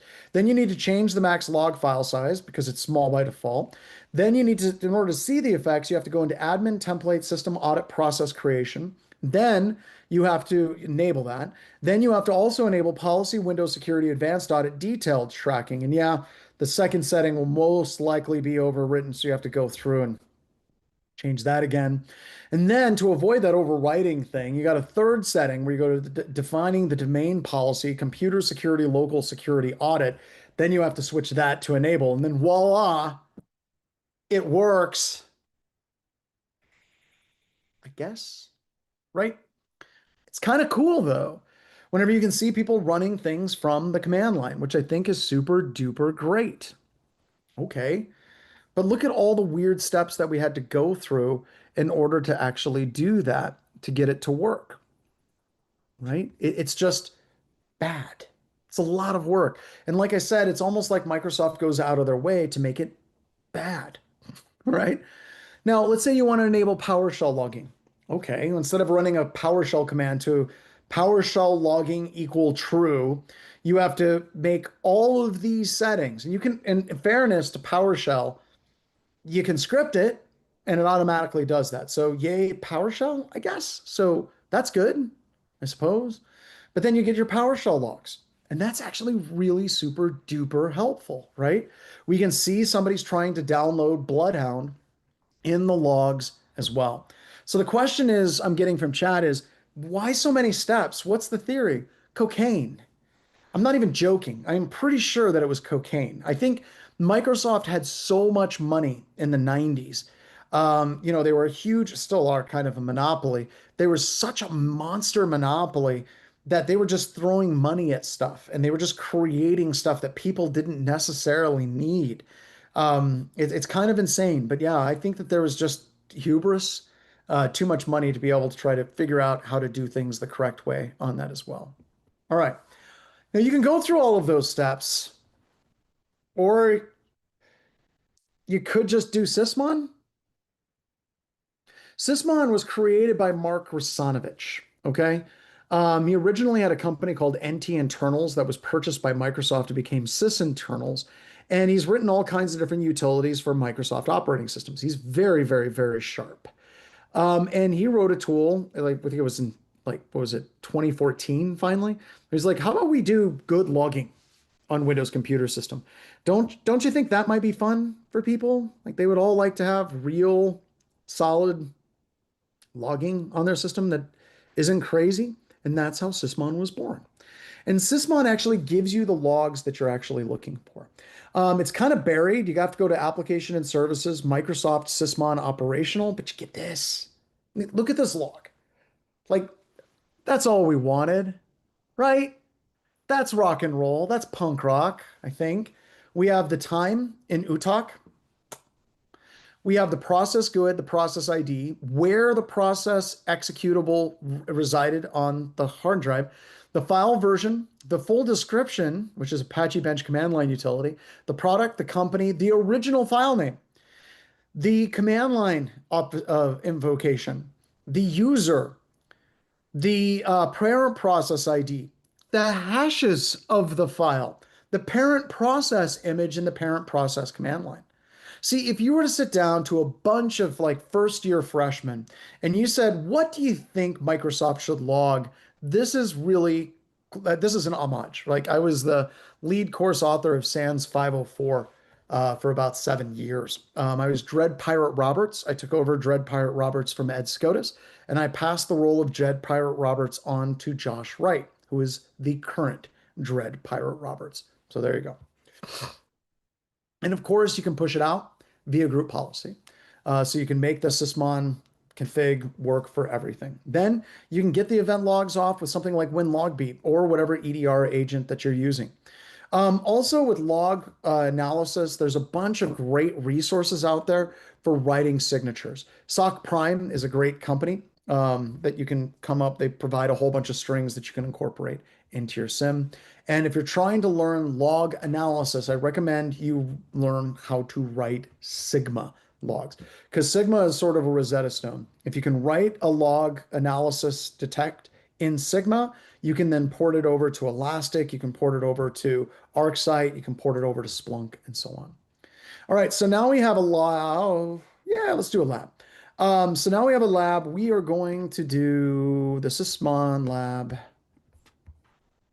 All right, so I'm going to go back to my lab directory, and we are going to do Sysmon. And this lab will take us up to and through the break, and then I will do the walkthrough. And then we'll talk a little bit more about logs, and then we're going to get into Ask Me Anything. Once again, the goal of this lab is not to bypass antivirus. I know that some people are a little disappointed with that. I get that, whatever. The goal of this is to show you what proper logging looks like. So we're going to disable the AV. We're going to disable the firewall. We're going to set the administrator password to password 1234. We're going to do IP config again. And then we're going to mount that share. We're going to create the malware. We're going to run ifconfig. We're going to move the malware over to the system, start the multi-handler again, exploit. And then in a different Windows terminal, in a command prompt, you're going to go to CD Intro Labs and you're going to execute Sysmon. And then you're going to execute the malware. Now, once you have that malware running, you go to Event Viewer. Then you drop down to Application and Services Logs, Microsoft Windows, then Sysmon Operational, and then you're able to find the event logs of your malware executing on this system. All right, so that's the lab. And the goal of the lab is to show you what proper event logging looks like. So this lab will take us up to and through the break. So we have, what is it, about 30 minutes for the lab and 10 minutes for the break. And then I'll come and I'll do the walkthrough. All right, let's get to it, everybody.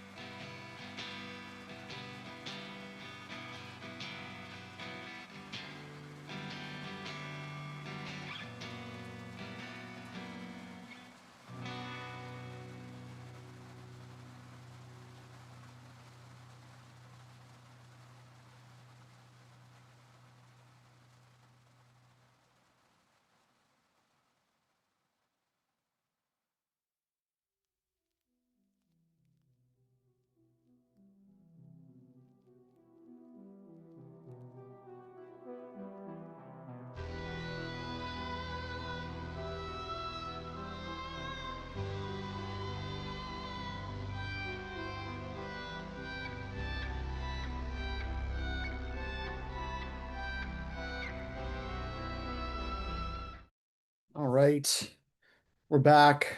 So I had a quick question. Daryl, we are officially set up now that this is now the home base for this class, right? This Discord server. Yes. And did we migrate the other students over, the previous Yep. students? We have. Hmm. All right, awesome. So one of the things I wanted to let everyone know is this is now a community room for you all. So this Discord channel that you are in is the same Discord channel I will use every single time that I do this class. You're also in here with all of my previous students as well. So this is becoming kind of a community place. So my other class will be Intro to SOC Core Skills. That'll become a room where all of my students can come and hang out together.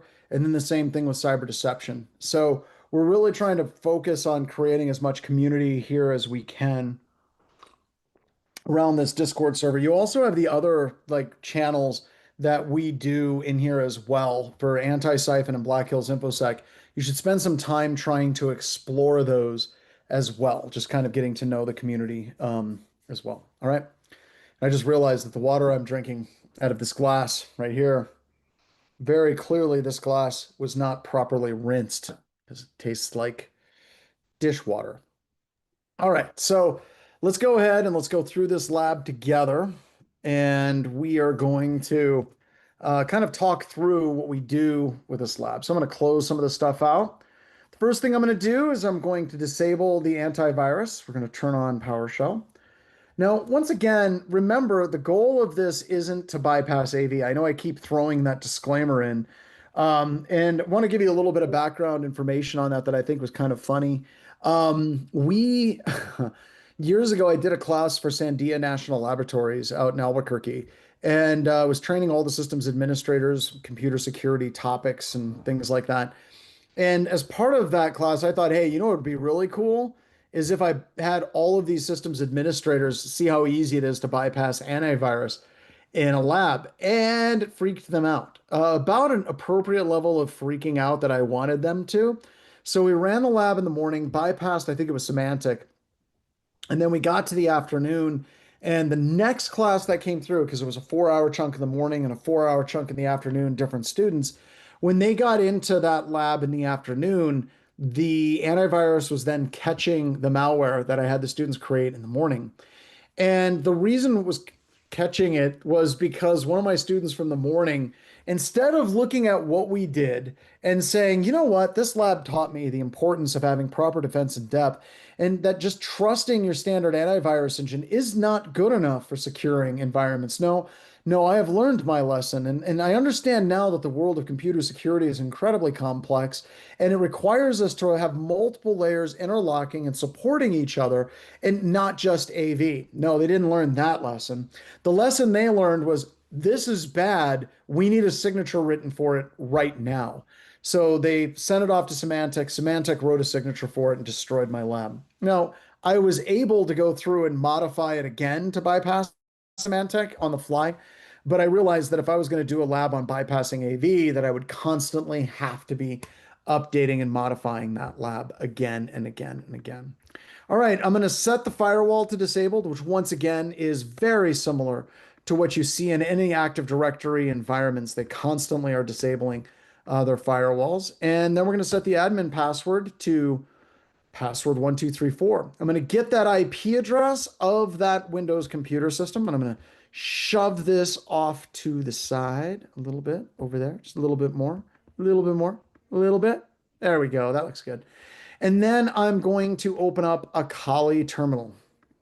Get the little warning messages. I accept that. I accept the risk. I'm gonna go ahead and make the font a little bit bigger now. Hey, a little bit bigger now. We're gonna set it to bold, cool, crisp, and refreshing, like the Rocky Mountains. There we go. And we're gonna move that here. And then we're gonna become root, like so. There we go. All right. So next thing we're going to do is we're going to mount that share on the Windows computer system, and we're going to paste in that command. And I need to change my IP address here where it's in the brackets. So I need to set that to my Windows system. like so. My Windows system's IP address is 10.10.234.245. I hit enter and it works. Awesome. Very good, very good, very good. Now we're going to CD into that share on the Windows computer system. If I type ls, you'll see a bunch of Windows files and directories. I'm going to get my Linux IP address, put that in there as well. Looking good. I got my Linux IP address is 10.10.220.58. And now we're going to create some malware. All right, so we're going to create the malware, and I have a variable that I have to change my Linux IP address variable to be that of the Linux IP address. So we're going to put that in as 10.10.220.58, like that. Takes a few seconds. It takes a few seconds because it's firing up Ruby with a whole bunch of libraries. Metasploit is actually the largest Ruby project in the world, so it's doing a lot of stuff. It's pulling up MSF encode, MSF payload, all wrapped into MSF Venom. It's generating all of these executables, generating the raw output, and bam, it is now dumped into the current directory on my Windows computer system. So I'm going to go ahead and just fire up Metasploit here. I'm already that. I'm going to fire up MSF console with the quiet command, like so.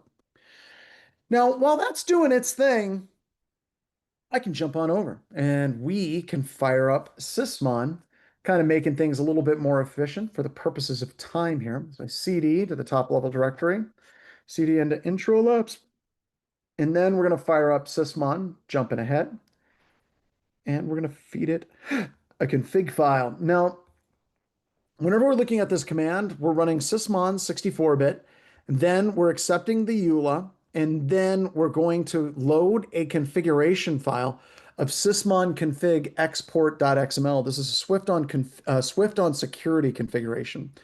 And now we have it set. So Sysmon is now running on this computer system. So we have all of the wonderful logs that we would ever want or need to be able to make this work. We're going to use the exploit multi-handler. Handler, it's a fun word. And then we're going to do meterpreter reverse TCP. Now, once again, you'll notice that this payload matches the payload up above. I'm going to get those two things to tie together so they can talk to each other. We're going to set the L host to be our Linux IP address, like so. And that IP address is 10.10.220.58, like that. Then we're going to exploit, and nothing's going to happen. As soon as I type exploit, I get nothing. It's going to take a couple of seconds, and it's going to say starting the multi-handler on 10.10.220.58, but that's it, because I have to actually run the executable as well. So now if I go back here to my command prompt, go back to the top level directory, and I run trust me, like that, you can see that Metasploit is sending the stage. We have a meterpreter session that is ran and executed on this computer system. All right, so it's time to go hunting, and we're going to play with this a little bit. So I'm going to run event viewer, like so. And we're going to go application and services logs, Microsoft, Windows, scroll all the way down, keep going. D, E, F, G, H, I, J, K, L, M, N, O, P, Q, R, S. We're looking for Sysmon. Sysmon, there it is. Sysmon, operational. And there we go. We have our event logs. You can see right here is where I started the event viewer. Right here is my trustme.exe. So that's my malware. So we've got the image name is trustme.exe. Now, I didn't spend a lot of time talking about the Apache Bench command line utility. So whenever you run Metasploit and you create an executable like we did here, right? So if I go up where I created, where is it? Right here, where I did MS Venom and I created trustme.exe. What Metasploit does is it creates the malware and then it inserts it into it like a Trojan horse program. Inserts it inside of another executable. And that particular executable is Apache Bench. It's just the one that they chose that works. You can specify an alternate template with the -t parameter, and you can give it another executable, which is kind of crazy because a lot of antivirus engines just simply detect Apache Bench as malware now. It's not that Apache Bench or ab.exe is malicious or mean or bad or anything. It's just it's been used by Metasploit for so long that it's just treated as malware, which I think is kind of funny. So that's why this says here, it says the description is the Apache Bench command line utility, because the rest of that harness, that executable harness that the malware is stuck inside, it still exists. So it's wrapping that, and you can see that we have the Apache Bench command line utility. The product is the Apache HTTP server, Apache Software Foundation, ab.exe, and the name of the file is Trust Me. We have the executable who ran it. My system was administrator. Its integrity is high. Good solid integrity on that executable. We also have the hash values for this. You know what I haven't done? What I think would be fun is I'm going to take this hash value. I'm going to try to copy it, maybe. And let's go ahead and let's see if I can go to VirusTotal. And let's put in a file hash here. Can I put in a hash? There we go. There we go. Let's do a search. Yeah, we don't have any comments that fit your search. Did it need the hash? It said I could put in the hash, right? File hash. I did. It didn't find it. All right, so nothing, it didn't pull that up. Let's try the SHA-256.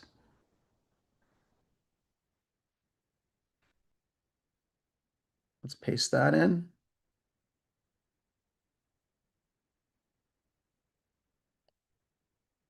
That's the same hash. I didn't copy it. Let's go Control C.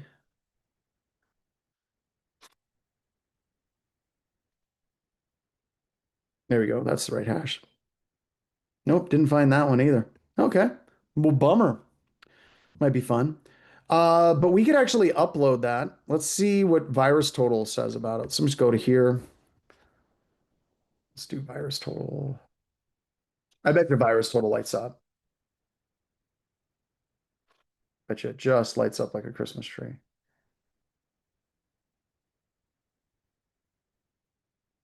I'm going to choose a file. We're going to go to the top level directory of this computer.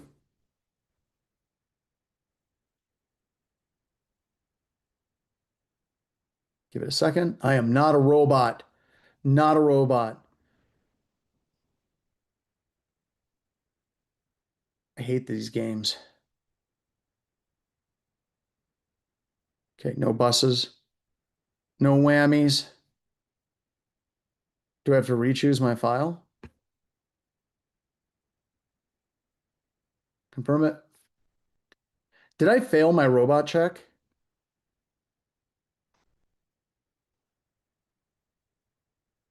It's going to make me do it again, isn't it? I think it's probably because I'm coming from Amazon, coming from the cloud. There we go. All right, let's see what it does. Let's see if VirusTotal gets it. Oh my God. So much malware, you guys. Look at that. Isn't that crazy? I mean, it's not crazy. We should be somewhat happy that it's got that. Of course, Acronis says it's suspicious.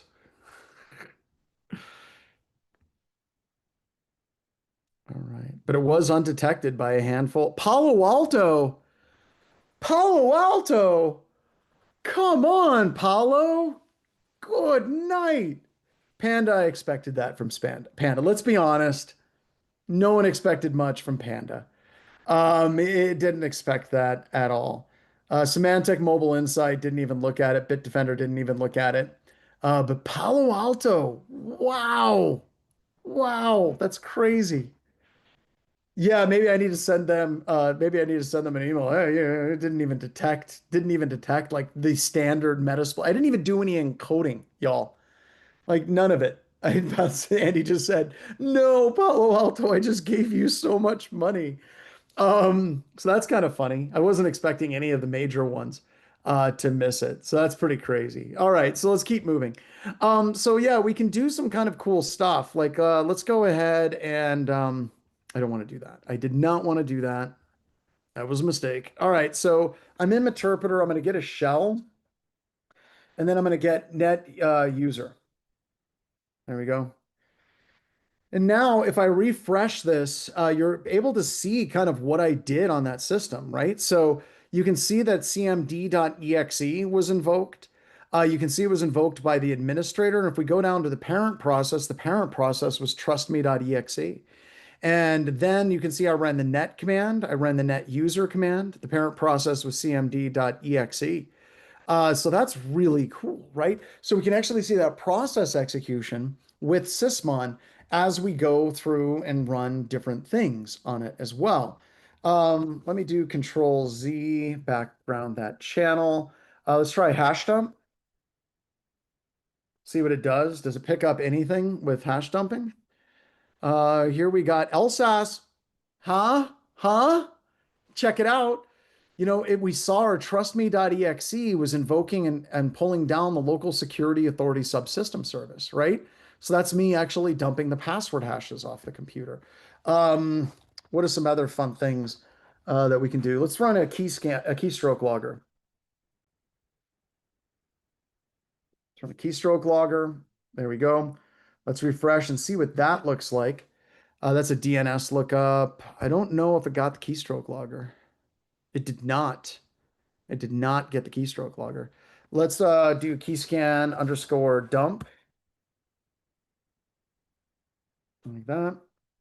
So there's our keystroke logger. Dumping captured keystroke, keyscan underscore dump. Let's refresh it. Nope. Still didn't detect that. What are some other fun ones that we can do? Try timestamp. Oh, let's try get system. That. There we go. I was able to get system level privileges. So we can see services did a thing. Got that DNS query 13. Registry, that doesn't look that great. I can see the services associated with it. Here we have, oops. Okay, I don't know. This might actually be it where no, did it do it via named pipe technique? I think it did. Yep, named pipe impersonation. So this is me elevating my privileges to become a system level account on this system. So that's pretty cool. Let's try something else. Let's do Control Z. Let's go yes. I'm going to background this session. All right. Now what we're going to do is we're going to use exploit Windows SMB PS exec. I'm going to set the payload to be Windows interpreter reverse TCP. Set the R host to be our Windows system, which is 10.10.234.245. We're going to set the SMB user to be administrator.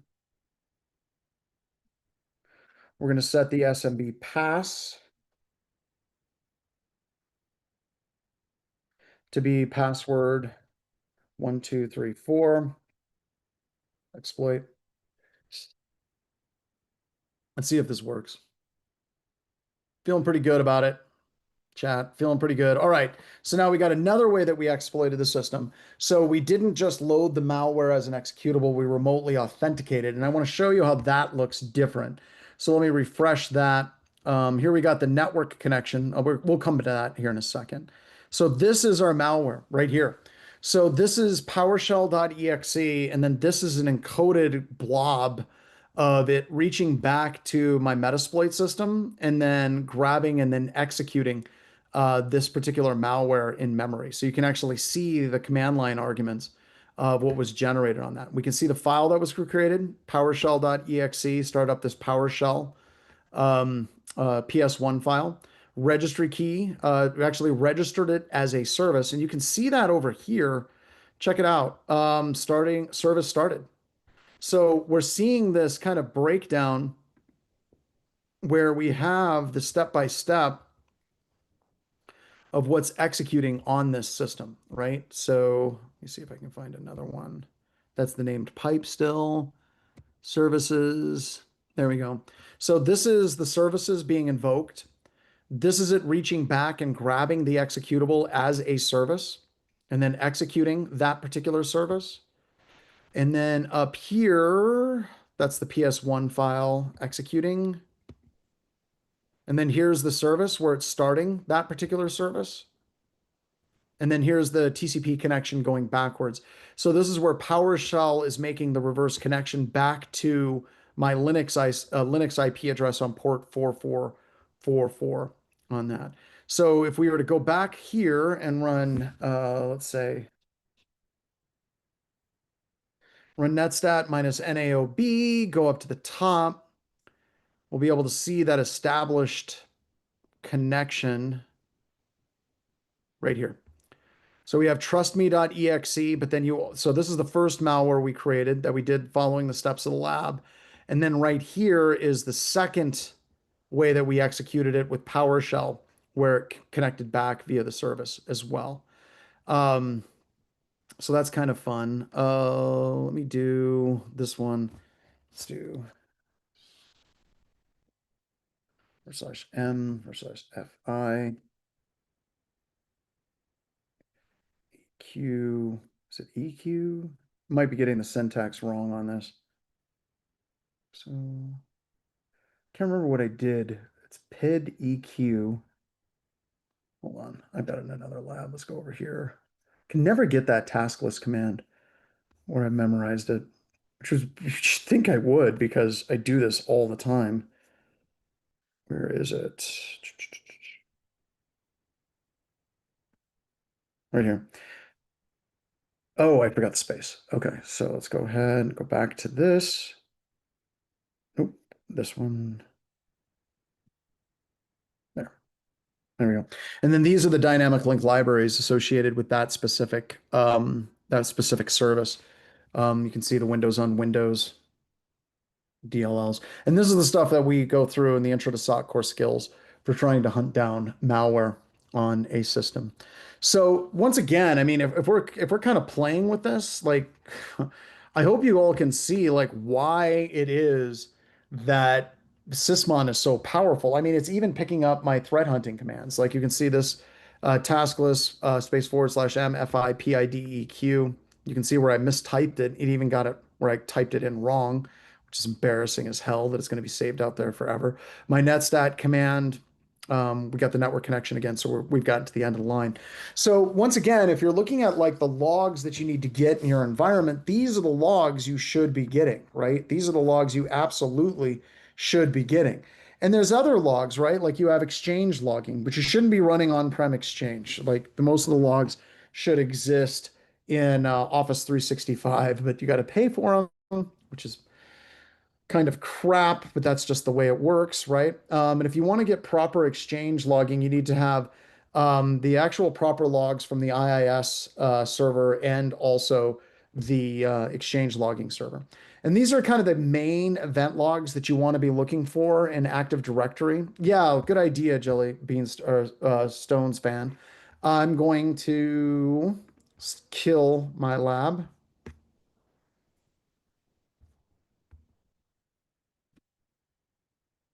Log in and let me go to my cloud labs. And then I'm going to shut them down, destroy them. Please do not destroy. Labs destroyed anyway. Thank you. Good recommendation. I appreciate it. All right, so the 6 main event IDs that you're looking at for Active Directory are these 6, right? I mean, you'll see this all show up again and again. Now, I would put these like kind of the category of necessary and sufficient. These would be the sufficient event logs that you would have. That means that's the bare minimum of what you should be capturing in your environment as well. And we did the Sysmon lab. And then tomorrow, when we come back, we're going to do advanced endpoint protection. We're going to play around a little bit with some different things. And I might throw you guys at a lab where we try to use Lima Charlie, maybe. It's a lab. We've been having trouble with vendors where we give them the BHIS hug of death, where we have so many people register at the same time that they tend to tip over. But we're probably going to play initially with Velociraptor, and I can give that to you all as an optional lab as well. But right now, let me stop my sharing here. Stop my sharing and start my swearing. It's time for Ask Me Anything. And I was just sitting here thinking, do you really want to try that lab after being up since 4 No, a.m.? probably that's a bad idea. That Yeah. would be a bad call. Let's not Yeah. do that. Yeah. Yeah, the EFF swear jar. I'm Yeah. putting their kids through college. So, Yeah. all right. So what questions do you all have for me? None? We can go home. No, joking. Could you explain the OSI model? Chris, this is what I get when I allow anybody in, right, Megan? Yep. Like, it's the Hey, OSI model. I have the power to boot. No, I No, we're would not never gonna do that. boot I was them. just kidding. I was just kidding. I'm just Boot kidding. them. They're I wouldn't. trolling me now. They're Yeah. trolling. It's kind of funny because I'm not seeing a lot of OSI show up on job posts anymore. I'm just not, which I think is a good thing. I'm pretty excited about that. But yeah, OSI just needs to die in a fire. He So just wanted to add to your child's I college, know, I I know. think. He's just having fun with me as well. So yeah, we do. Oh, Megan, we do need an anti-OSI shirt, like a shirt that makes fun of the OSI model. Well, you can make like lasagna slices with like that says crap. It's Yeah, garbage, this is crap. It's garbage. I'll Yeah, use. and then it says OSI model at the top. Okay. All right. What other one? Have you explored automated pen testing? We have. So if you're looking at computer security, it's a complexity game. Like that's what we're dealing with is an arms race with complexity. So you end up in a situation where there's so many new vulnerabilities, there's so much attack surface, and a lot of that attack surface can kind of be bottled up and like automated. And that's what we should be looking at AI. Excuse me, that's what we should be looking at AI and we should be focusing on how we can use that to automate a bunch of the redundant checks that we're looking for, rather than looking at it as complete like replacement. And the reason why is we wanted to automate that 80% so we can focus on the 20% stuff that is really relevant to what we do in standard network penetration testing on a daily basis as well. So that's a great question on there as well. So what else do we got here? I have a question on this restream question that they joined through LinkedIn and we need to keep our shop stocked. I don't know what that I means. don't know what that means. Can you please explain that a little bit, Anita or in Alfred? Or well, it looks like two different people. So Anita, can you explain that real quick? Go ahead, sorry.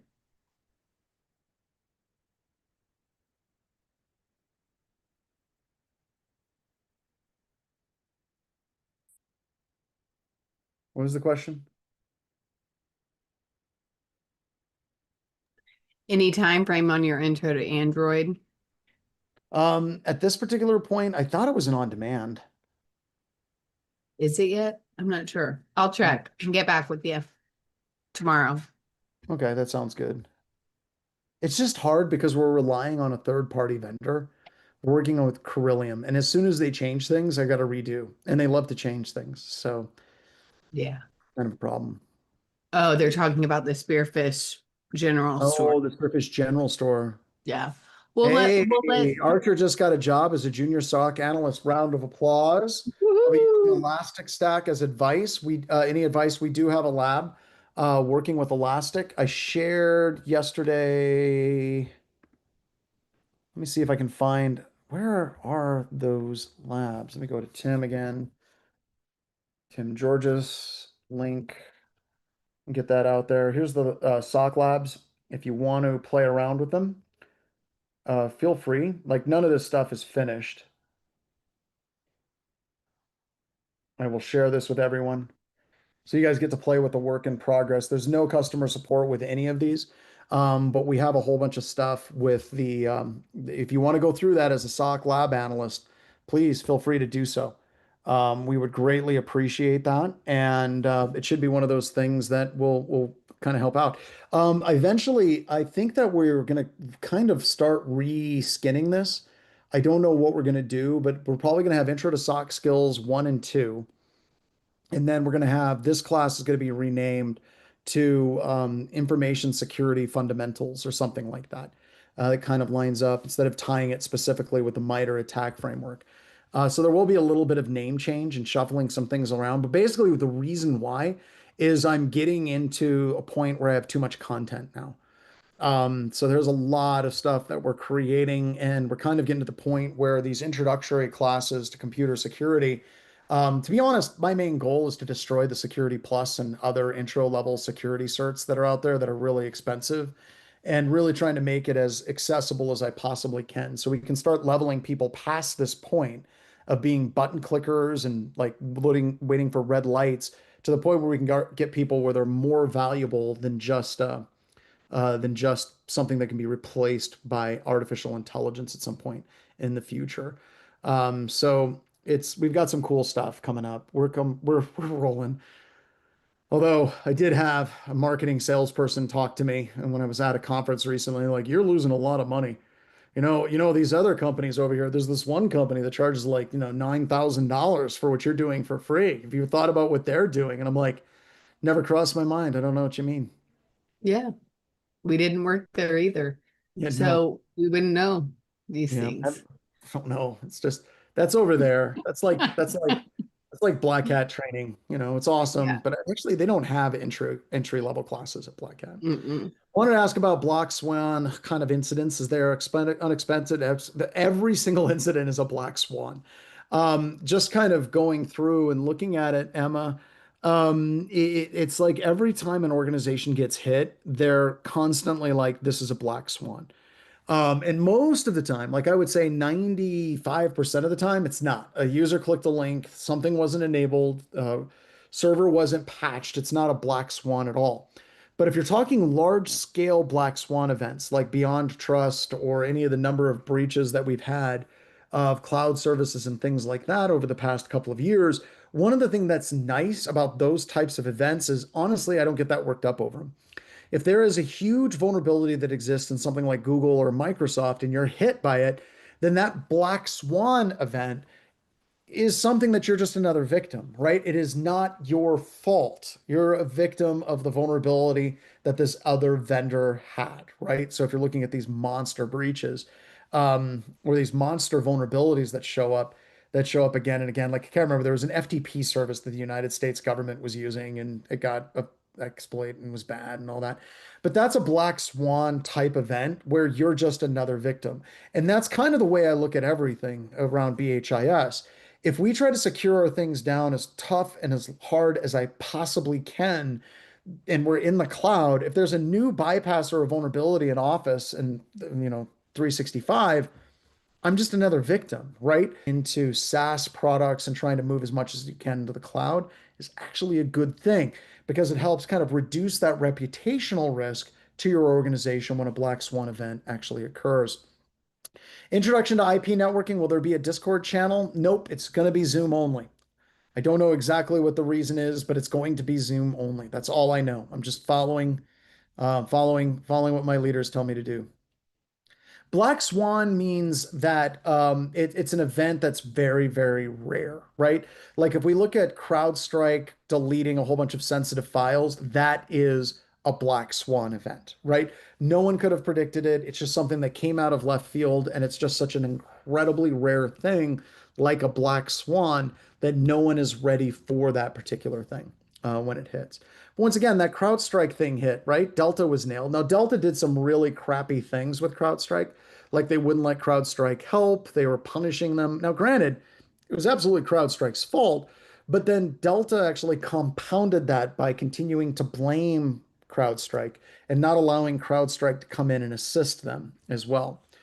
Yeah, Fortinet remote code execution, not Black Swan. We call that a Swan event. There was a Cisco one that came out. There was a Cisco one that came out last week. We see these new vulnerabilities showing up all the time, and they're not Black Swans. Like if there was an authentication bypass technique that hit Office 365 and the attackers were able to take over a bunch of tenants, that would be a Black Swan event.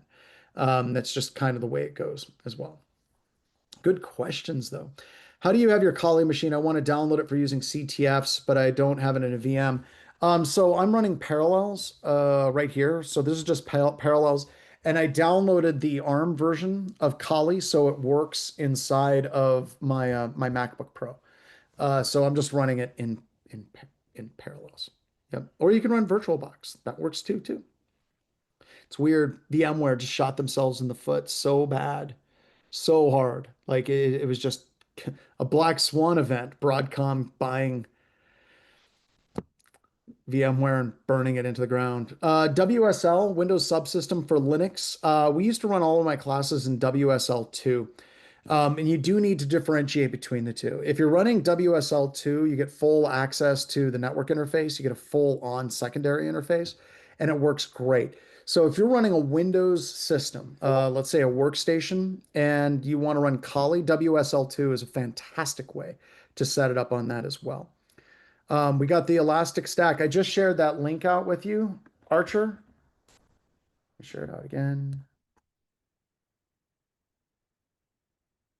You want to go through and review as much of this as you possibly can. And I am trying. There we go. Now, these are new labs. There's no customer support. We're building them as we go, but there's a lot of great information there for you to get prepped.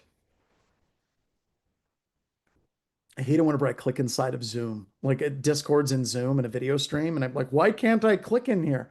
Because I'm a moron. That's why I can't click in there. It's going to be fun tomorrow morning at 4 a.m. Oh man, that swear jar is going to be brimming. Yeah. It's going to be great. It's going to be great. All the people in the EU are going to be like, this is our first impression of John. The majority of training material is for Windows. Any thoughts on Linux or Mac? We have labs for Linux. Go check them out. Linux command line is present and accounted for as well. Why do I feel like I have like 100 people that are going to make damn sure that I wake up tomorrow morning? Like, time to get up for class, Mr. Strand. Yeah. All right. All right, let's wrap it up. Thank you so much, everybody. I appreciate you all. It's been a fun class, and I'll see you, some of you, ridiculously bright and early tomorrow morning. Yes. Thanks again. Later, everyone. All right. Have a good night, everyone. We'll see you tomorrow for day 3. Let us know if you have any questions. All right. Daryl, kill it with fire. All right. Good night, everybody.